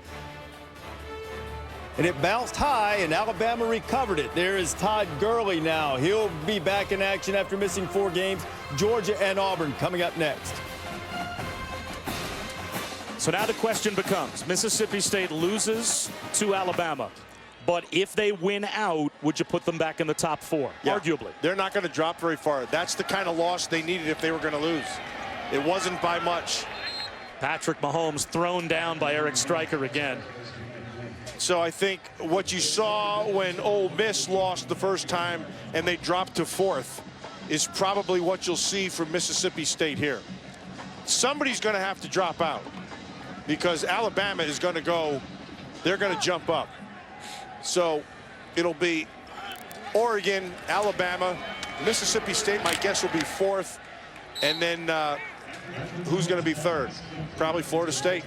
Assuming they win tonight. Assuming they win tonight. Now, if it's not an impressive win, they could drop. Florida State, if they're undefeated, is going to drop out of the top 4. They can do it.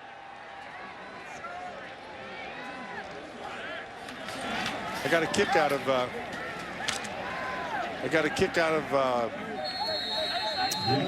drawing a blank here. Head coach Jimbo Fisher. Jimbo Fisher goes, hey, what do you do? They dropped us. I thought the idea was to win.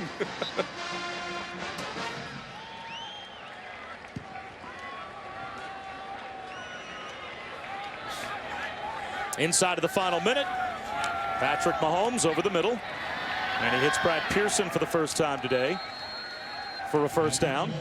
Well, this is the best this offense has looked. I think Mahomes looks, he looked like the real deal today. He exploited the Sooner defense, and they have some holes in that back end. You wonder if you're Cliff Kingsbury, even if Davis Webb is healthy enough, do you turn this over to Patrick Mahomes and let him finish out the season? Does he have a brighter future than Webb? Because Webb has lost his spot at this point, arguably due to injury. And he came into today in the top 10 in the Big 12, not only in the top 2. Yards per game passing, touchdowns, 300-yard games, completions. Well, it's a good problem to have, that's for sure. But Patrick Mahomes has looked very good today at times. Little screen scooped up by Washington. And we'll see if Texas Tech can get one more play off before the clock goes to zeros. It's going to take some time for Cliff Kingsbury, but he has an excellent recruiting class already, the makings of which coming in next season. Yeah, he can improve his team with just some fundamentals. Number one is discipline. This is an undisciplined group. He'll take a shot at the end zone, and on the last play, score to Dylan Cantrell.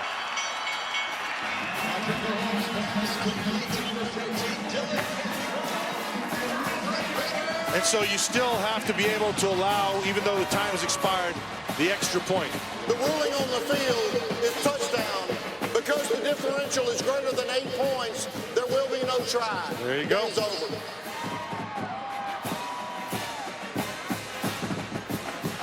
Well, so some pride shown for Texas Tech at the gun, but they'll lose it by 12 to Oklahoma.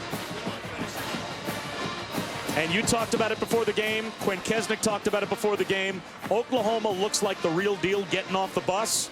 And that's what they were in the second half. They were just the better, bigger, more physical team. Yeah, and they used just a freshman, a mature freshman, and he carried the day, over 200 yards rushing. And they will be counting on him for a lot of times. 42-30, Oklahoma wins it. So long from Lubbock. Our next stop, Auburn, Georgia.